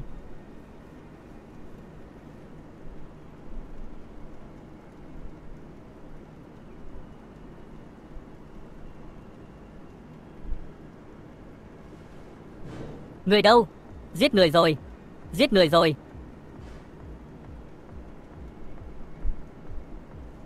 Ta đang ở đâu vậy? Không phải ở Giai Ương lâu, ở phủ Thiên Hộ. Phòng của ngươi. Âu Dương Khánh đâu? Có phải ta đâm chết hắn không? Ngươi đúng là ra tay tàn nhẫn. Đối với kẻ bạc tình còn có gì phải thương xót. Ngươi có thể chạy thoát sao? Ta đã tính toán rất kỹ. Sau khi bán ngươi về Giai Ương lâu, sẽ cuốn tiền riêng bỏ trốn. Bây giờ rơi vào tay các ngươi, cũng chẳng còn gì để nói. Để Tranh Sùng có thể làm ra chuyện như vậy, thật đáng thương. Tranh Sùng, loại người như Âu Dương Khánh cũng xứng sao chết không hết tội. Này này, ta có dễ chết như vậy không? Ngươi đúng là cứng đầu. Cho dù hắn không chết, người mưu hại chồng cũng là tội chết. Phan Tiểu Liên, mưu hại chồng mình. Ngươi nói câu này mà không biết xấu hổ à? Kẻ mưu hại chồng mình là ngươi. Chính ngươi dùng thuốc độc hại chết Lục Đại Lang. Trời ơi, ta đã nói rồi, ta đầu độc chết. Từ ngày ta vào phủ, ngươi đã lấy chuyện này để đối phó với ta, đối phó với ngươi. Chính là ngươi và Âu Dương Khánh cùng nhau dùng thuốc độc giết chết Lục Đại Lang. Sự thật là chính hắn tự ngã xuống cầu thang chết. Ta không tin. Nói đến hạ độc, đêm tân hôn đầu tiên của ta bị hạ độc là do ngươi hạ chứ gì? Cô có thấy mình thông minh lắm không? Ngươi hạ độc các người, không phải ta. Mộng San đã nói với ta rồi, nàng và đại quan nhân đã tìm thấy xác chó chết trong phòng của ngươi. Nếu không phải ngươi thì là ai? Tại sao ngươi lại che giấu chứng cứ? Ta đã nói rồi, không phải ta. Nếu ngươi không phải là hung thủ, tại sao lại che giấu chứng cứ? Thật sự không phải cô ấy. Cái gì? Tại sao ngươi vẫn giúp còn? Ta nói, rõ ràng là tất cả chứng cứ chỉ ra cô ta giết chết con chó, không phải để che giấu bằng chứng, mà là vì con chó đó là do cô ta nuôi, đúng không, Lâm Kiều Kiều? Con chó cô ta nuôi, cô ta yêu con chó như mạng sống. Con chó đó đã chạy ra ngoài, vô tình chạy vào phòng của nàng, lại vô tình ăn phải thức ăn có độc, chết ngay tại chỗ. Con chó đúng là của ta, nhưng ta không phải là người đầu độc. Đại quan nhân, ngươi làm sao biết con chó này là do nàng nuôi? Ta còn biết. Lâm Kiều Kiều, cô cũng là từ bên ngoài đến phải không? Cái gì? Cô ta cũng là từ bên ngoài đến. Ta nói đúng không? Ngươi phát hiện ra thế nào? Thực ra cô đã sớm vô tình để lộ, chỉ là không rõ ràng lắm. Ta và Tiểu Liên đã bỏ qua cho đến tối hôm qua ở Giai Ương lâu. Dù sao thì phủ Thiên Hộ ta không thể quay về, thà để cho tất cả các ngươi đều chôn cùng ta. Ta sẽ đốt cháy tất cả. Đừng hòng đưa ta về, ta không có. Ngươi lừa ta. Cho đến tối hôm qua, Giai Ương lâu, ta tặng bật lửa cho Mộng San. Cô ta chỉ biết đeo lên cổ, nhưng cô lại biết cách sử dụng. Người nói như vậy cũng đúng. Cô ta đúng là có lộ chân tướng.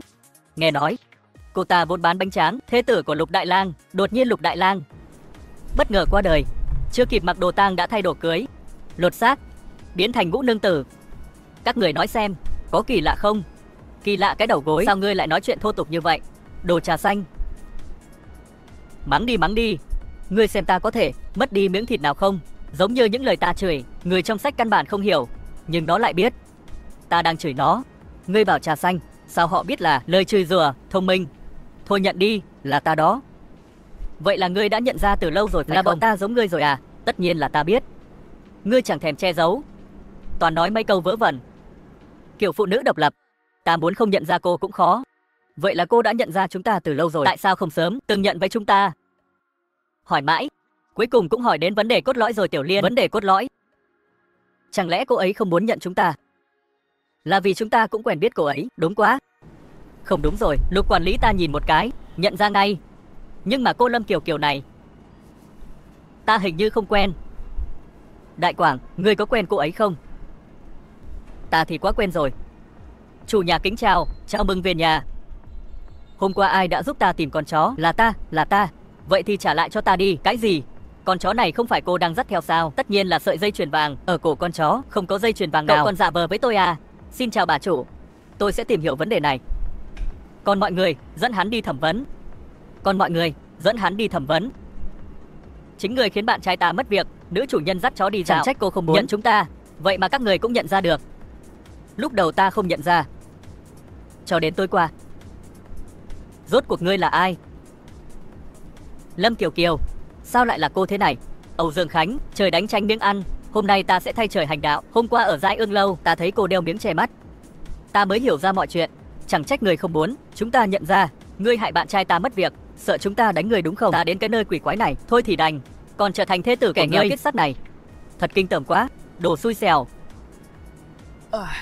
Ta khuyên cô nên nói tử tế. Bây giờ ta rất giàu rồi. Hơn nữa, ta có rất nhiều vợ. Ta có thiếu cô không? Tiền của ngươi từ đâu ra? Không biết. Ngươi diễn trò hay ở chùa? Lừa được một cô, gia sản của người nữ nhân bị bỏ rơi. Cửa hàng của ngươi mới xoay chuyển được tình thế vào thời điểm nguy cấp. Qua, cô ấy lại tiêu hết tiền riêng của mình để cứu người phụ nữ người yêu. Cô nói chuyện tử tế đi. Người cưới Mộng San để lấy hiệu thuốc là Âu Dương Khánh. Đúng vậy, Âu Dương Khánh ta đây. Không làm gì cả. Tại sao ta phải chịu trách nhiệm? Ngươi là phu nhân, thường coi thường người nghèo như chúng ta. Nhưng bây giờ chúng ta bị mắc kẹt ở đây. Ngươi còn chơi trò đấu đá nội bộ làm gì? Ta không nhắm vào hai người. Ta phải tự bảo vệ mình chứ. Ta đã đọc cuốn sách này. Ta sắp bị hắn bán về Giai Ương Lâu, cuối cùng chết thảm. Ai có thể đảm bảo chết ở đây có thể quay về không? Bây giờ chúng ta đã biết cô cũng giống như chúng ta rồi. Đương nhiên sẽ không bán cô đi. Đúng vậy, chúng ta cùng cố gắng sống đến cuối, quay về thực tại, đúng không? Và cô phải biết, rất nhiều việc chỉ một mình là không thể làm được, vẫn phải dựa vào sự hợp tác của cả nhóm. Đang xem trên kênh YouTube Kịch Ngắn TV. Chúc quý vị có những phút giây thư giãn. Nếu thấy hay, hãy ủng hộ kênh bằng cách nhấn like và đăng ký kênh để cập nhật các video. Cố gắng về nhà. Có hai đứa đồng đội lợn như thế này, ta chắc chắn không thể về được. Tại sao? Bởi vì có một chuyện, các người chắc chắn không làm được. Mọi thứ đều lấy việc về nhà làm mục tiêu cao nhất, hy sinh mọi lợi ích cá nhân cũng phải phục tùng mục tiêu. Vậy được chưa? Thật không? Chúng ta đã là đồng đội rồi. Cô bớt ở đây nói bóng nói gió được không? Đúng vậy. Hơn nữa chúng ta cái gì cũng làm được. Đừng có coi thường người khác. Âu Dương Khánh sắp lấy thêm một thê thiếp mới. Người có thể làm được không? Phan Tiểu Liên, người có thể chấp nhận hắn lại cưới thêm một người thiếp mới không? Có gì không chịu được? Dù sao thì hắn cũng chỉ yêu mình ta. Dù ta có cưới thêm 10 người, Tiểu Liên nhà ta vẫn tin ta. Nhưng mà người thiếp đó không phải người khác, chính là Bình Nhi. Chẳng phải chỉ là một nhân vật trong chuyện sao? Bình Nhi nhưng lại là người mà Âu Dương Khánh yêu nhất. Cái gì? Hắn không nói với cô sao? Người Âu Dương Khánh yêu không phải là cô mà là Bình Nhi. Ta không yêu Bình Nhi này, không được sao? Ta là Âu Dương Khánh, ta làm chủ. Đây là thiết lập mạnh trong sách, không thể thay đổi được. Giống như Lục Đại Lang, dù thế nào cũng sẽ chết, cho dù các ngươi đầu độc hay ngã chết. Thôi mà đã nói rồi, không phải chúng ta đầu độc chết. Đúng vậy, cho nên nói, thực ra chết như thế nào không quan trọng, đúng không? Nhưng cái chết của hắn khiến cô gà vào phủ thiên hộ, đây chính là đã định. Giống như Âu Dương Khánh, bất kể thế nào yêu Bình Nhi vậy, không thể thay đổi được. Tiểu Liên, chuyện đã đến nước này, nàng không thể trách ta đã thay lòng đổi dạ. Âu Dương Khánh không cần thiết phải cưới Bình Nhi. Hắn không cưới Bình Nhi thì đã không có nhiều chuyện rắc rối như vậy. Đúng vậy, ta không cưới Bình Nhi là được. Ta là Âu Dương Khánh, ta làm chủ. Ta nói các người không đáng tin, chúng ta chắc chắn không thể quay lại. Không phải là nói không làm được, mà là có một số thứ thì không cần phải làm. Người nghĩ người rất thông minh sao? Người cũng không nghĩ cuốn sách này tên là gì? Kim Bình Lục Diễm, đúng không? Ta hiểu rồi. Nếu không tập hợp đủ 6 người thê tử này, cuốn sách này có thể sẽ không có kết cục. Hậu果nghiêm trọng thế nào, không ai trong chúng ta biết. Vậy thì Bình Nhi này là người như thế nào? Là một góa phụ, chỉ thế thôi. Một góa phụ đặc biệt giàu có. Ta khuyên ngươi nên nói hết ra đi. Nói. Một góa phụ đặc biệt giàu có, còn đặc biệt xinh đẹp. Xinh đẹp đến mức nào? Đẹp hơn cô nhiều. Còn đặc biệt dịu dàng, còn sinh cho hắn một đứa con trai. Các người nói hết chưa? Vừa rồi không phải còn nói coi việc trở về là mục tiêu cao nhất, sẵn sàng hy sinh mọi lợi ích cá nhân để hoàn thành mục tiêu sao? Thì cũng không thể chỉ hy sinh lợi ích của một mình ta chứ. Ta cũng hy sinh mà. Ngươi hy sinh con khỉ, ta thấy ngươi vui mừng còn không kịp cơ. Ôi chao, Tiểu Liên. Ôi trời ơi Tiểu Liên, đó đâu phải lỗi của ta, cũng không phải lỗi của ta. Được rồi, lỗi của ta. Nàng giận dỗi thế cũng chẳng giải quyết được vấn đề, cứ tích loại. Phụ nữ không có đàn ông, đầu tiên là Mộng San, sau đó là ta, sau đó là Bình Nhi, đều như vậy. Không phải vì có đàn ông thì phụ nữ không thể lấy. Ôi trời ơi, tổ tông, nàng đừng giận nữa. Đều tại Âu Dương Khánh, hắn thích thế. Vạn nhất định mệnh là phải thích người khác thì sao? Ta thấy chưa chắc. Vạn nhất Âu Dương Khánh yêu Bình Nhi đoạn này không phải là sắp đặt. Sau khi ta cưới cô ấy, chúng ta sẽ tập hợp đủ 6 mỹ thiếp. Kết thúc rồi sao? Vậy lỡ như nó là thiết lập định sẵn thì sao? Chỉ có thể đến đầu tình đến đó. Chúng ta đã ở trong tình cảnh khó khăn rồi. Thôi được rồi, đừng giận nữa. Có chuyện gì vậy?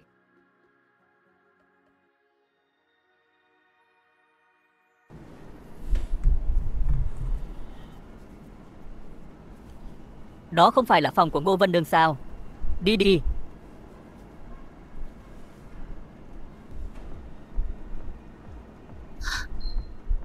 Biểu ca sao giờ mới đến? Không phải là cẩn thận một chút sao? Nô già nhớ chết mất. Không ngờ Ngô Vân Nương bình thường đoan trang, khí phách, riêng tư lại thế này. Ta đã biết từ lâu. Đã biết từ lâu. Vậy mà ngươi vẫn rất khí phách. Ta không muốn nghĩ đến, mọi người đều không dễ dàng. Nàng xem, đàn ông thời xưa có tam thể tứ thiếp, còn nữ nhân thì sao, bị lỡ dở như vậy. Thật đáng thương. Thôi kệ họ đi. Người nói thế có vẻ hợp lý. Giá mà mãi mãi được ở bên nhau. Sắp rồi, sắp rồi. Bây giờ khi làm sổ sách, nàng dùng tiền của cửa hàng đó, cần phải thận trọng hơn. Thận trọng như vậy để làm gì? Chuyển quá nhanh và quá nhiều, quá dễ bị phát hiện. Lần trước hắn đã gần phát hiện ra rồi. May mà cưới được Tam nương tử, bù hết số tiền thiếu hụt, nên không truy cứu nữa. Biểu ca vẫn là thông minh. Mẹ nó, hóa ra là con tiện nhân này đã lấy trộm tiền trong tiệm thuốc của ta, khiến ta suýt phá sản. Khoan dung, khoan dung. Khoan dung cái gì? Ta không chịu được. Người không chịu được cũng phải chịu. Ta chịu cái gì? Họ đã biển thủ công quỹ, vi phạm luật hình sự rồi. Ta hôm nay nhất định phải đòi lại công lý này. Ngươi mà vào lúc này thì chúng ta sẽ thảm. Thảm cái gì? Ta có làm gì sai? Ta hôm nay nhất định phải dìm chúng xuống lồng heo. Ngươi mà muốn thì ngươi vào phải theo, xé rách mặt với họ. Đến lúc đó ngươi có phải bỏ thê tử Ngô Vân Nương 6 bà vợ lại không đủ? Được rồi, không xé mặt nạ.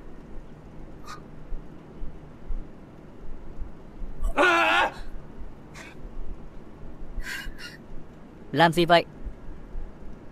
Bẩm đại quan nhân, tiểu nhân Câm, sổ sách mấy tháng gần đây, cho đại nương tử xem.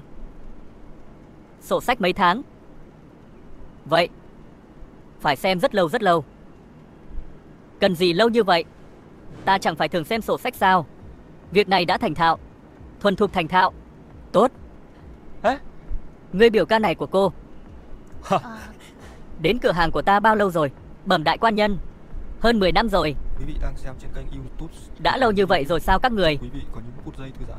Ta định mở một tiệm. Hãy ủng hộ kênh bằng cách nhấn like và đăng ký kênh. Người đến tiếp quản, còn không mau cảm tạ quan nhân. Đa tạ quan nhân đã coi trọng. Cũng không biết cửa hàng mới mở này ở đâu nhỉ? Mạnh Châu. Có phải là huyện lân cận không? Có xa không? Là nơi lưu đày phạm nhân. Đại quan nhân, sao tự nhiên lại nghĩ đến một nơi không một bóng cây mở cửa hàng? Ngày mai lên đường.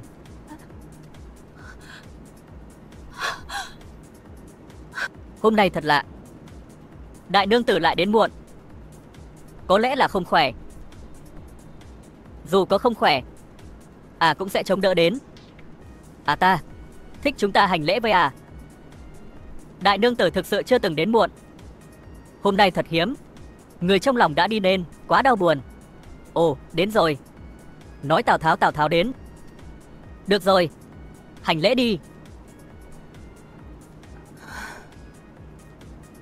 Đại nương tử.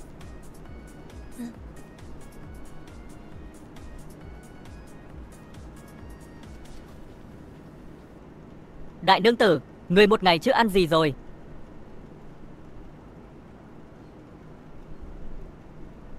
Nhà bếp làm cơm thế nào? Bình thường đều giả vờ làm người tốt. Bây giờ tâm trạng không tốt thì không giả vờ được nữa.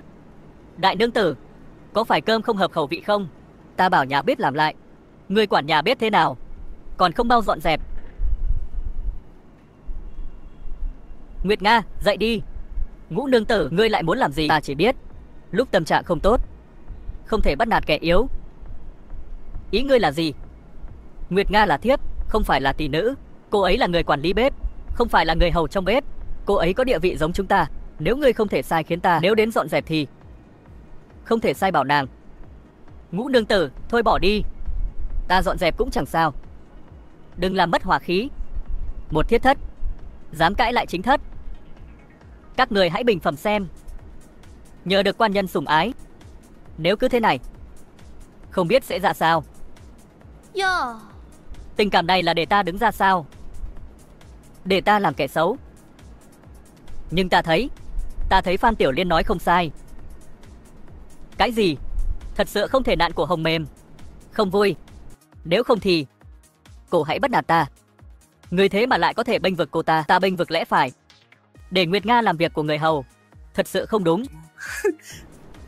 Phan Tiểu Liên, ngươi chính là hồ ly tinh. Ngươi khiến bọn họ đều nói về phía ngươi. Ngươi phải biết, chính thê có thể bán thiếp. Nghĩ đến trong lòng không thoải mái, bán một thiếp để trút bỏ sự khó chịu trong lòng. Ban đầu định bán Nguyệt Nga, không ngờ Phan Tiểu Liên lại tự đâm đầu vào họng súng. Hôm nay ta sẽ bán ngươi cho người buôn người. Ai dám động vào nàng? Ai dám động vào nàng? Tham kiến đại quan nhân. Phan Tiểu Liên quá kiêu ngạo. Ta chỉ dọa nàng một chút. Nếu cô thấy nàng kiêu ngạo, có thể tìm ta. Ta chiều hư nàng. Ngoài ra còn một chuyện muốn thông báo. Ta sẽ cưới một phòng thiếp mới. Vài ngày nữa sẽ về. Còn phải cưới. Cô có ý kiến gì không? Không biết mấy cô muội muội có ý kiến gì không? Đây là đợi ta. Ghen tuông nổi cơn làm loạn à? Ta không có ý kiến gì. Cái gì? Ta không nghe nhầm chứ? Ta cũng không có ý kiến. Thêm một cô muội muội đến phục vụ đại quan nhân không phải tốt hơn sao? Đại quan thích là được. Ta từ trước đến nay không có ý kiến. Ta không phải đang nằm mơ chứ? Những người này có phải đều điên rồi không? Nếu mọi người đều không có ý kiến, vậy thì chuyện này cứ thế mà định. Để công bằng ý kiến thì Lục nương tử cũng vào cửa vào buổi tối, không cần phải làm phiền mọi người. Ít nhất cũng phải chuẩn bị kiệu hoa, xe ngựa và trang phục cưới. Ta sẽ bảo phòng kế toán chi tiền. Không cần phiền đến đại nương tử đâu. Đại quan nhân đã giao cửa hàng, nhà cửa và sổ sách cho ta xử lý. Còn đại nương thì cứ nghỉ ngơi cho khỏe để cho đỡ phiền phức. Đại quan nhân, người chán Vân Nương rồi sao? Thê tử cả vẫn còn sống mà giao hết việc nhà cho thiếp. Thê tử cả hay thiếp gì, bây giờ là xã hội pháp quyền, cứ dựa vào năng lực mà làm. Học vấn của ta lo mấy việc này chẳng phải là thừa sức sao? Đại quan nhân vui là được. Mộng San, chốc nữa ta phải ra phố mua kim chỉ, có muốn đi cùng ta không? Ta hơi bị cảm lạnh. Về trước đây. Bếp còn việc, ta về trước đây. Đi đi. Ta đau ngực quá. Ta cũng về phòng nghỉ ngơi. Rốt cuộc thì Mộng San đã xảy ra chuyện từ một bà chủ giàu có trở thành kẻ trắng tay, đổi lại là ta cũng không nghĩ ta là người như thế nào. Số bạc cứu Tiểu Liên hôm qua ta đã trả lại cho cô ấy nguyên vẹn. Vậy thì cô ấy chỉ vì tình mà đau khổ. Cô lại thích hóng chuyện không sợ to phải không? Ôi đừng đùa nữa. Ngươi bao giờ đi tìm Bình Nhi? Đúng vậy. Ngươi đã nói ra lời muốn cưới thiếp, ngươi còn chưa thấy, cô vội cái gì? Sách vở người ta viết, ta đi trêu chọc nàng, rồi nàng sẽ chết tâm, không lấy ai ngoài ta. Vậy ngươi đi nhanh đi. Hả? Ta đi rồi. Không được giận nhé. Thế thì tiểu gia ta đi rồi về ngay. Không cần tiễn. Sách bảo không được đi từ cửa chính, nhất định phải treo tường vào. Cái này gọi là thê tử không bằng thiếp, thiếp không bằng trộm, trộm không bằng trộm không được.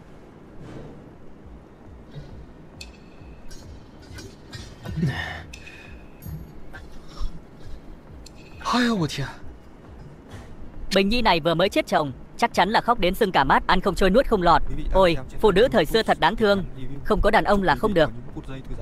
Nếu thấy hay, hãy ủng hộ kênh bằng cách nhấn like và đăng ký kênh để cập nhật các video mới nhất. Nương tử, đây là theo lệnh của người. Tìm được người trẻ nhất khỏe mạnh nhất trong làng đến làm việc. Nương tử có hài lòng không? Đạo làm vợ, ta không muốn giữ một ngày nào nữa.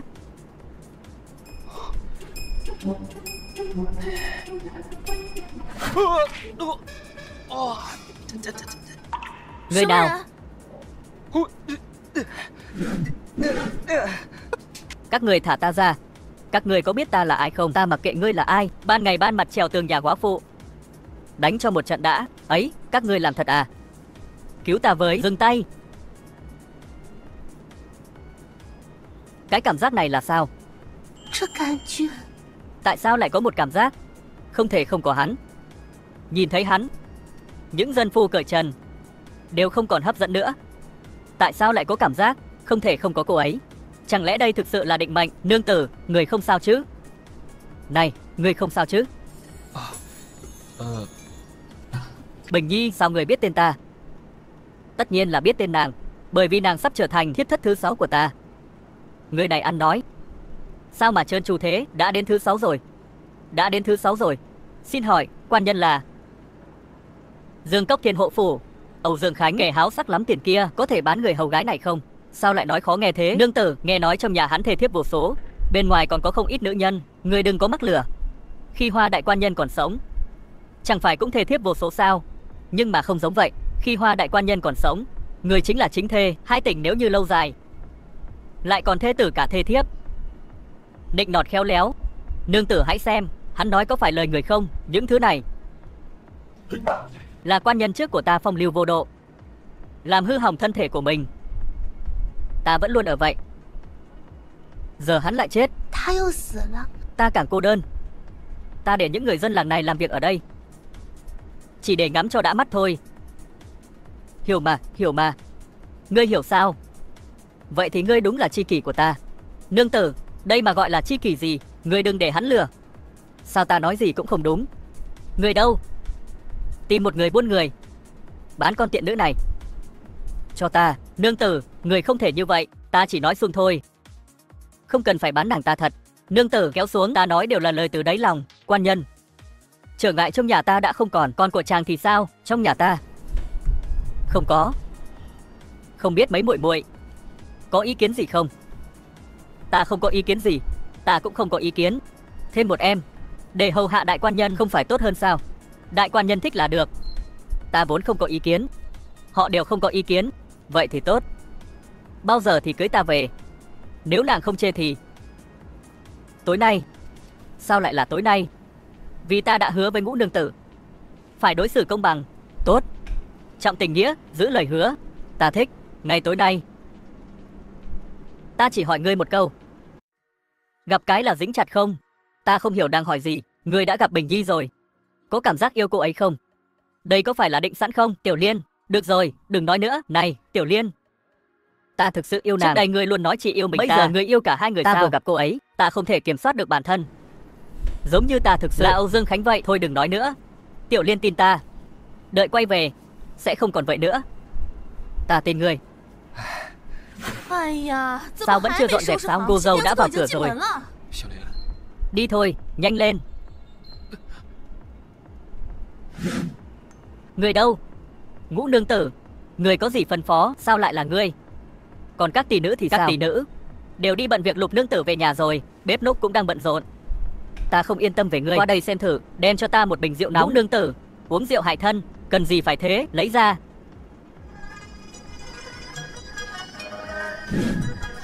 Vị đại quan này lại thêm một phần gia sản của hồi môn của Lục nương tử này, có thể nhiều hơn vị trước nhiều. Không chỉ nhiều hơn vị trước, còn nhiều hơn cả hồi môn của Tam nương tử. Không biết Lục nương tử này có lai lịch thế nào. Nghe nói là di nữ của Hoa phủ.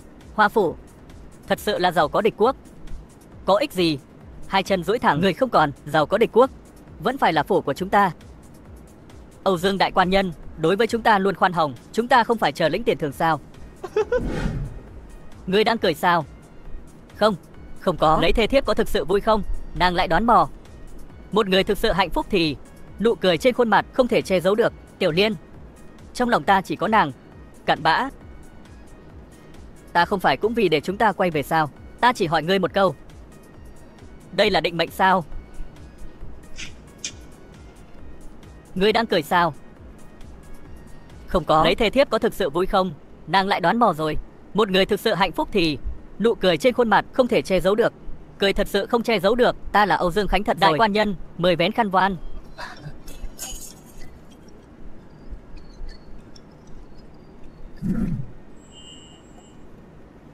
Chuyện gì thế? Lại là cảm giác này.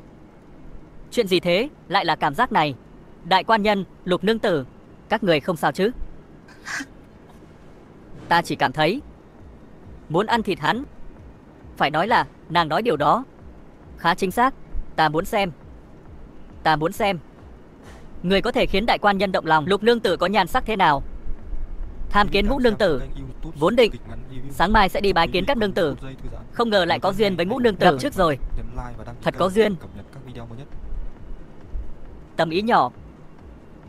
Ngươi muốn mua chuộc ta à? Tiểu Liên, nói gì vậy? Ngươi xem, đây là tiền ta bán đàn ông kiếm được. Nàng say rồi Tiểu Liên. Cút đi. Ta không say. Thật đẹp. Chẳng trách đại quan nhân thích.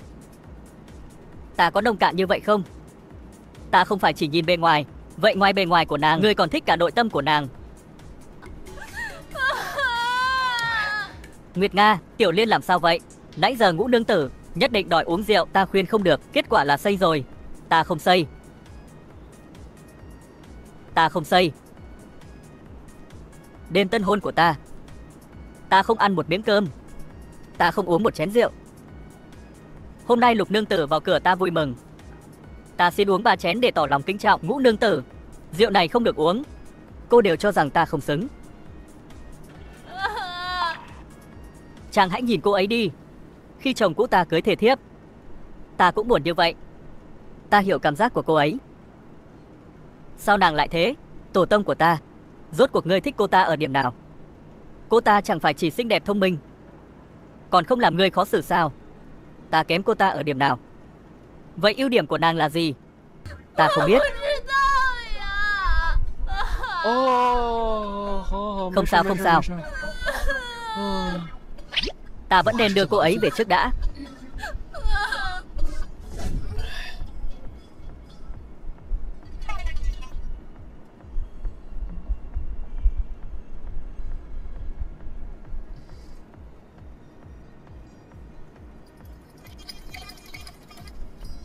Đừng đi.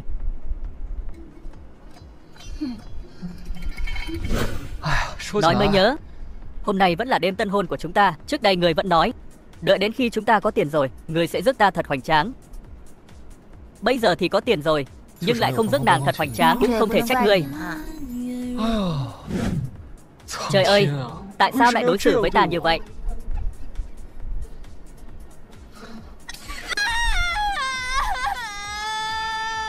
Tại sao lại là con chó của ta? Có chuyện gì vậy? Con chó của ta lại chết. Trong phòng của Bình Nhi lại là phòng tân hôn, lại là đồ ăn trong bếp. Hại ta một lần lại còn 2 lần nữa. Ta nhất định phải đòi lại công bằng cho 2 con chó của ta. Tuyệt đối không tha cho hung thủ. Nhất định phải điều tra nghiêm những thức ăn và gạo trong bếp. Còn những người nào đã ra vào bếp vào ban đêm, không xong rồi, không xong rồi. Đại quan nhân, các nương tử ơi, có chuyện lớn rồi. Đã xảy ra chuyện như thế này, còn nói linh tinh tốt xấu gì nữa? Có chuyện lớn rồi. Đại nương tử bà ấy, nàng làm sao? Nàng muốn tìm cái chết. Đại nương tử, người đừng nghĩ quẩn. Đại nương tử, mau đến đây. Bà cả muốn treo cổ. Bà cả nói gì vậy? Ta không nghe thấy. Đại nương tử, đại nương tử, mau xuống đi. Đại nương tử, mau xuống đi. Mau dừng lại. Để ta.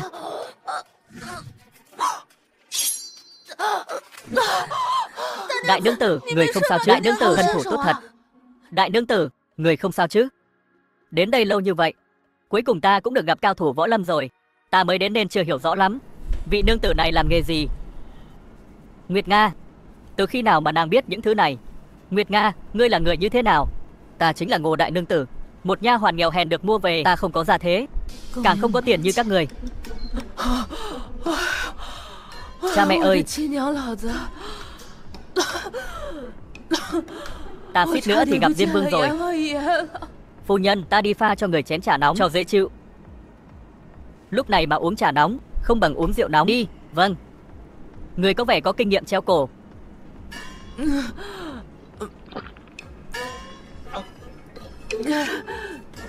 Ta mới đến phủ không lâu, đã xảy ra nhiều chuyện như vậy. Bình Nhi, những chuyện này không liên quan đến nàng. Không phải ta nói. Đại nương tử, ngươi lại đang diễn trò gì vậy?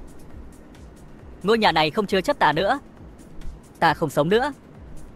Ta thấy ngươi là tự sát vì tội lỗi. Ta thấy ngươi là tự sát vì tội lỗi. Ta biết mà. Bây giờ tội danh đều phải đổ lên đầu ta. Trước tiên là đưa kế toán của ta đến Mạnh Châu, lại để nhị nương tử tước quyền tài chính của ta. Bây giờ trong nhà lại xuất hiện hung thủ đầu độc. Cái tội danh này sớm muộn gì cũng đổ lên đầu ta. Sao cô lại có thể nói như vậy? Đại quan nhân, chàng chẳng phải chán ghét ta, muốn tìm lỗi lầm của ta để đuổi ta đi sao?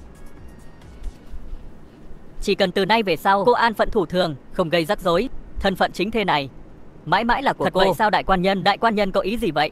Vậy thì con chó của ta phải làm sao? Ta không hại con chó của ngươi, không lừa được ta. Ta không hại con chó của ngươi, đừng có lừa ta. Cô có vẻ rất có kinh nghiệm trong việc treo cổ nhỉ? Muốn treo cổ thì đã chết từ lâu rồi. Đầu tiên là gây ra động tĩnh lớn như vậy, sau đó lại sai tỷ nữ đi khắp nơi gọi người đến. Ôi, cái ghế kia làm sao mà đã rơi được?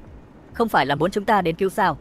Lâm Kiều Kiều, đừng có làm loạn nữa. Chuyện hạ độc thực sự không liên quan đến đại nương tử. Ngươi cũng bênh vực nàng ta. Ta không hề bênh vực nàng ta, là ta vừa rồi đã thử nàng ta rồi. Cô hầu gái của cô ấy không nói sẽ mang trà cho cô ấy sao? Ta đã bảo cô ấy đổi thành rượu, cô ấy không nghĩ ngợi gì mà uống luôn một chén. Nếu cô ấy là người đầu độc trong rượu và thức ăn, cô ấy biết nếu không có độc, cô ấy vẫn sẽ do dự. Đúng, nếu làm điều gì sẽ nghi ngờ điều đó. Ta đồng ý với Ngũ nương tử, các ngươi đều bênh vực cô ta. Có phải thấy chó của ta chỉ là một con vật không đáng giá bằng con người? Nếu ngươi yêu con chó của mình, ngươi phải tìm ra hung thủ thực sự, không thể tùy tiện chút giận được. Vậy ngươi nói hung thủ là ai? Nguyệt Nga, ngươi làm sao biết sử dụng phi đao? Vân Nương, Nguyệt Nga là do cô mua về, rốt cuộc là lai lịch thế nào? Ta đã nói với ngươi rồi. Nguyệt Nga từ nhỏ đã mất mẹ, sống với cha làm nghề lang trung, nhưng không may năm đó cha nàng cũng mất. Nàng liền quỳ ở cửa phủ chúng ta, bán thân để chôn cha. Không quỳ ở đâu, chỉ quỳ ở cửa phủ Thiên Hộ.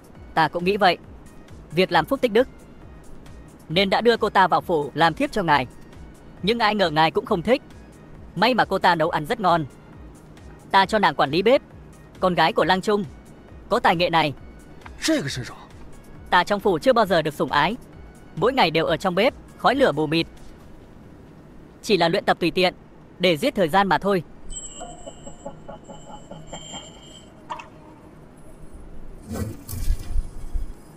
Chỉ cần một việc làm liên tục nhiều năm, dù gì cũng luyện được. Ban đầu là để giết thời gian, không ngờ hôm nay lại dùng được. Ban đầu là để giết thời gian, không ngờ hôm nay lại dùng được. Nguyệt Nga, cha ngươi bị đại quan nhân hại chết. Ta, ngươi đoán bừa. Vậy ta đoán tiếp. Cha ngươi là lang trung, đại quan nhân là người mở hiệu thuốc. Họ chắc chắn đã nảy sinh mâu thuẫn lợi ích nào đó khiến cha ngươi chết. Sau đó ngươi đã lên kế hoạch trả thù, quy ở cửa phủ Thiên Hộ, bán thân để chôn cha. Ta không hiểu, nhưng điều ngươi không ngờ tới là đại nương tử, bà ta mua người không phải vì lòng tốt, mà là muốn dùng làm quân cờ của bà ta. Lại muốn vu oan cho ta cái gì? Năm xưa khi đại quan nhân mới cưới Lâm Kiều Kiều, cô đã ghen tức rồi. Rồi lại ở trong miếu hoang dẫn về một mộng san, một xinh đẹp, một giàu có. Người sinh lòng oán hận. Lúc này vừa hay gặp được Nguyệt Nga.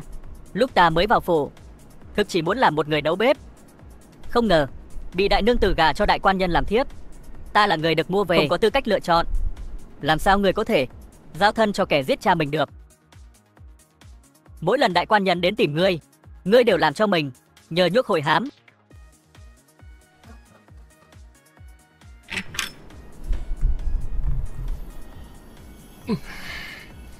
Đại quan nhân, cô mấy ngày chưa tắm rồi.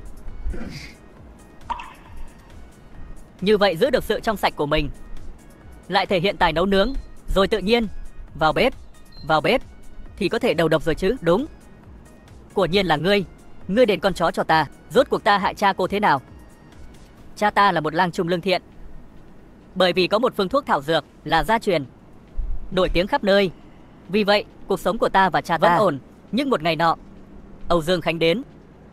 Hắn mua phương thuốc thảo dược của cha ta. Cha ta vì là gia truyền nên không chịu bán. Hắn liền sai người đến cướp. Cha ta càng nghĩ càng tức. Tối hôm đó tức chết, thật đáng thương. Chuyện này có báo quan cũng không trừng phạt, chỉ trả lại đơn thuốc và đền chút tiền.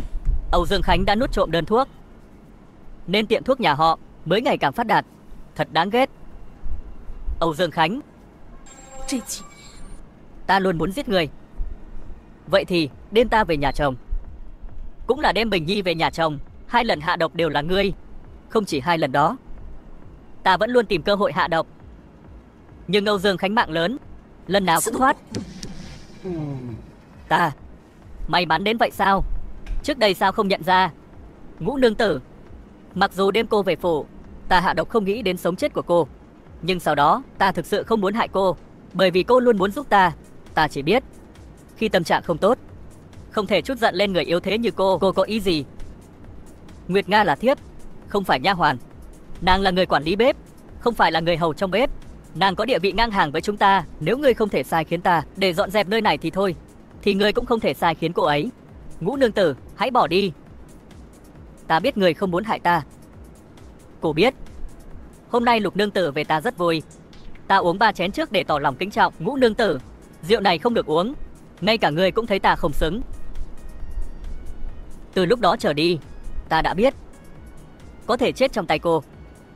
Ta cũng cam lòng. Cô không sợ độc chết cô ta, nhưng lại không sợ độc chết ta sao? Vì cô gả vào đây, Ngũ nương sẽ không vui. Cho nên may quá, đêm qua Ngũ nương đã làm loạn phòng tân hôn, ngược lại là cứu ta. Xin lỗi, thật ngại quá. Ta đã hiểu vì sao các nương tử đều giao hảo với cô. Nhưng Nguyệt Nga, ta không hiểu nổi, tại sao phi đao của cô lại lợi hại như vậy? Ngươi không dùng thứ này để giết chết Âu Dương Khánh mà lại dùng thuốc độc sao? Lâm Kiều Kiều, ta có chọc ghẹo cô không? Nếu không phải do ngươi làm điều ác, thì chó của ta có thể chết không? Cũng không phải vì nếu dùng thuốc độc, chỉ cần ta giấu kỹ, ta cũng có thể toàn thân trở lui. Nếu dùng dao giết chết hắn, ta còn phải gánh thêm một trọng tội giết chồng. Hậu quả sẽ rất thảm khốc. Hóa ra giết chồng, kết cục sẽ rất thảm. Nguyệt Nga, có một câu cô nói đúng. Ngươi chỉ cần trường kỳ tích lũy làm cùng một việc, bất kể là việc gì cũng có thể làm được. Nhưng lặp đi lặp lại làm một việc, có lẽ chẳng có tác dụng gì. Ví dụ như việc ném dao có tác dụng gì chứ? Cũng chẳng thể báo thù. Vậy thì ngươi có nghĩ tới, khi ngươi đã luyện thành phi dao, ngươi có thể luyện những con dao nhỏ hơn, ví dụ như phi kim chẳng hạn. Như vậy ngươi có thể giết Âu Dương Khánh mà không để lộ thân phận. Bình Nhi, vậy là tình yêu sẽ biến mất sao? Nàng đưa ra ý kiến gì vậy? Vậy bây giờ phải làm sao? Bây giờ sự thật đã rõ, giao Nguyệt Nga cho quan phủ. Cái này không phải là không có người chết sao? Chó của ta chết rồi. Cho dù không giết chết đại quan nhân, ý định mưu hại chồng mình cũng là trọng tội. Nhẹ thì lưu đày, nặng thì xử tử hình. Nghiêm trọng vậy sao? Mau đưa Nguyệt Nga đi báo quan. Nàng ta là ta mua về, nếu ta bào chè cũng sẽ rước họa vào thân thôi. Âu Dương Khánh, ta đã giết ngươi nhiều lần mà ngươi vẫn không chết, chứng tỏ mạng ngươi không nên tuyệt. Những gì ta nên làm ta đã làm hết. Mối thù của chúng ta coi như đã xóa bỏ.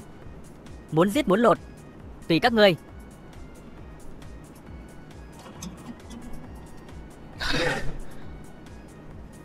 Ta cũng thả cho cô. Cô cứ việc làm những gì cô muốn. Gì cơ? Ngươi tha cho ta. Cô đâu có làm gì sai. Âu Dương Khánh vốn cũng đáng chết.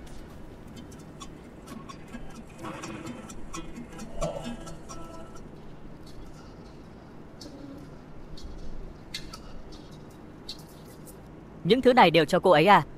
Nguyệt Nga nhất quyết muốn xuất gia.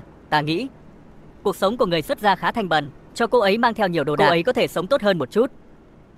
Thực ra Phủ Thiên Hộ có thể dung nạp cô ấy, ta biết. Ngay cả Ngô Vân Nương cũng có thể để nàng ta ở Phủ Thiên Hộ sống sung sướng. Huống chi nàng còn có lý do riêng của mình, nhưng ta đã khuyên nàng nhiều lần rồi, nàng vẫn không chịu ở lại. Thôi thì tùy cô ấy vậy. Mang thêm cho cô ấy ít đồ đi, đỡ phải khổ trên đường. Không chỉ đồ đạc đầy đủ, ta còn quyên góp rất nhiều tiền cho nơi cô ấy tu hành, để những người xung quanh cô ấy đối xử tốt với cô ấy hơn một chút. Tiểu Liên, ta đã nghĩ thông một chuyện. Chuyện gì? Nàng xem này, kẻ gây tội nghiệt này là Âu Dương Khánh trước kia, nhưng Nguyệt Nga muốn giết ta, cô ấy không làm gì sai. Kẻ muốn giết Lục Đại Lang chính là Âu Dương Khánh và Phan Tiểu Liên trước đây. Nhưng nếu Lục Nhị Lang đến trả thù thì hắn cũng không sai. Có những chuyện cần phải đối mặt. Vậy là không thể thay đổi được sao? Ta nhận được tin Lục Nhị Lang đã trở về Dương Cốc huyện. Hắn thực sự muốn giết cả hai chúng ta ở Giai Ưng Lâu à? Nguyệt Nga từ bỏ việc giết ta, vậy hắn có tha cho chúng ta không? Để chúng ta sống đến cuối cùng không? Ai mà biết được. Nói nữa, cho dù đến đại kết cục thì sau đó có thể quay về hay không vẫn còn là điều phải bàn. Thế ý ngươi là thay vì đảo ngược, tốt hơn đối mặt. Vậy chúng ta phải đi gặp Lục Nhị Lang. Ta đã hẹn Lục Nhị Lang ngày mai gặp ở Giai Ưng Lâu. Mộng San. Đại quan nhân.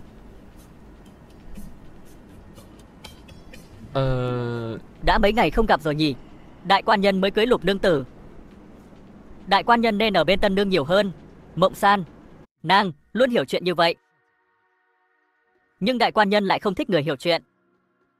Ta không phải không thích, mà là ta đã có Tiểu Liên rồi. Ở nơi chúng ta không có chuyện tam thê tứ thiếp, chỉ có một đôi trọn đời. Nhưng mà quan nhân trước khi có Tiểu Liên đã có ta. Không, ta là người gặp Tiểu Liên trước. Sau đó, ôi trời, ta cũng không biết phải giải thích với nàng thế nào. Không cần giải thích, ta hiểu hết rồi. Mộng San, nàng như vậy ta sẽ thấy áy náy lắm. Ta chỉ muốn biết, nếu chàng gặp ta trước, chàng có chỉ trung tình với một mình ta không? Một cô gái dịu dàng đáng yêu như nàng, chắc hẳn đàn ông nào cũng thích. Nhưng ta không thích tất cả đàn ông. Đại quan nhân, thực ra những ngày này ta cũng ghét chàng.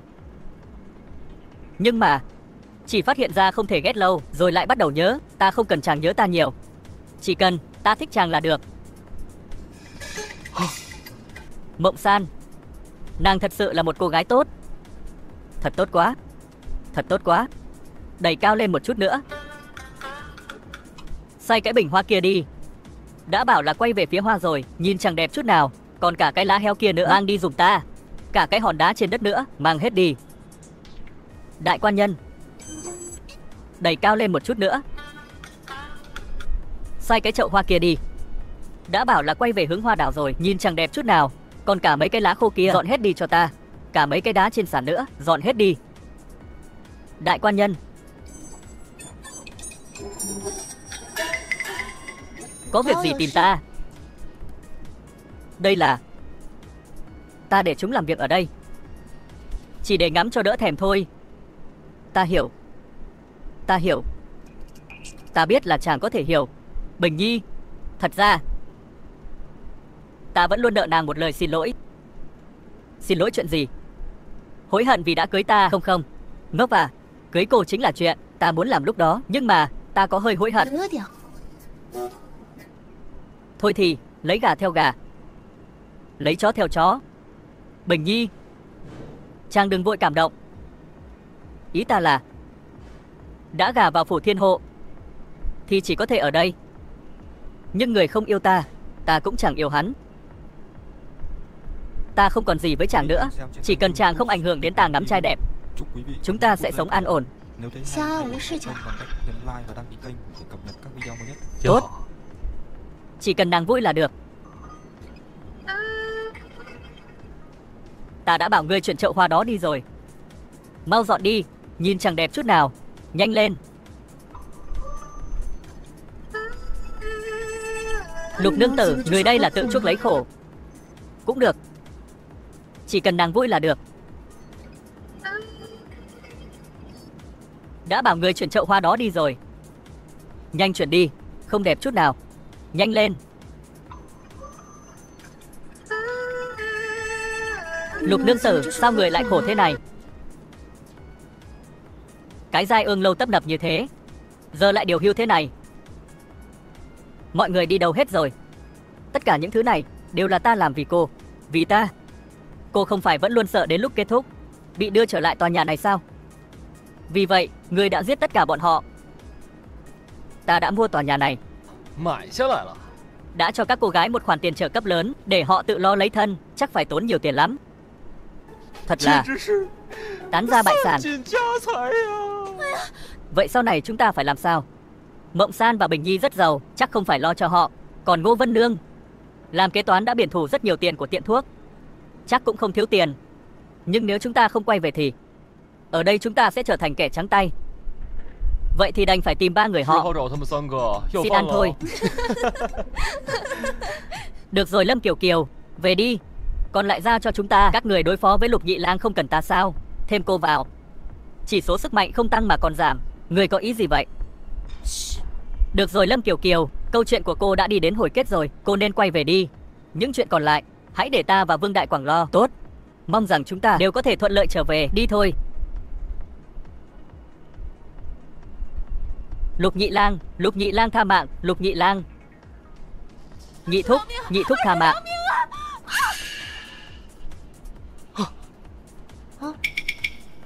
Đôi gian phu dâm phụ này giết đại ca ta, tội chết không tha. Chúng ta không giết đại ca ngươi, còn cãi chối. Nhưng đến đây nhiều ngày như vậy rồi, sau khi thành Âu Dương Khánh, ta thấy Âu Dương Khánh này thực sự chẳng ra gì. Không những phụ bạc nhiều phụ nữ, mà còn ức hiếp dân lành, chiếm đoạt tiền của người khác, giết mấy lần đi. Cũng chẳng có gì không ổn, ngươi còn biết à? Nhưng Lục Nhị Lang, ngươi phải biết, kẻ giết rồng cuối cùng cũng sẽ trở thành rồng. Ngươi giết chúng ta, ngươi cũng sẽ trở thành rồng. Ngươi còn tương lai tươi sáng. Không đáng.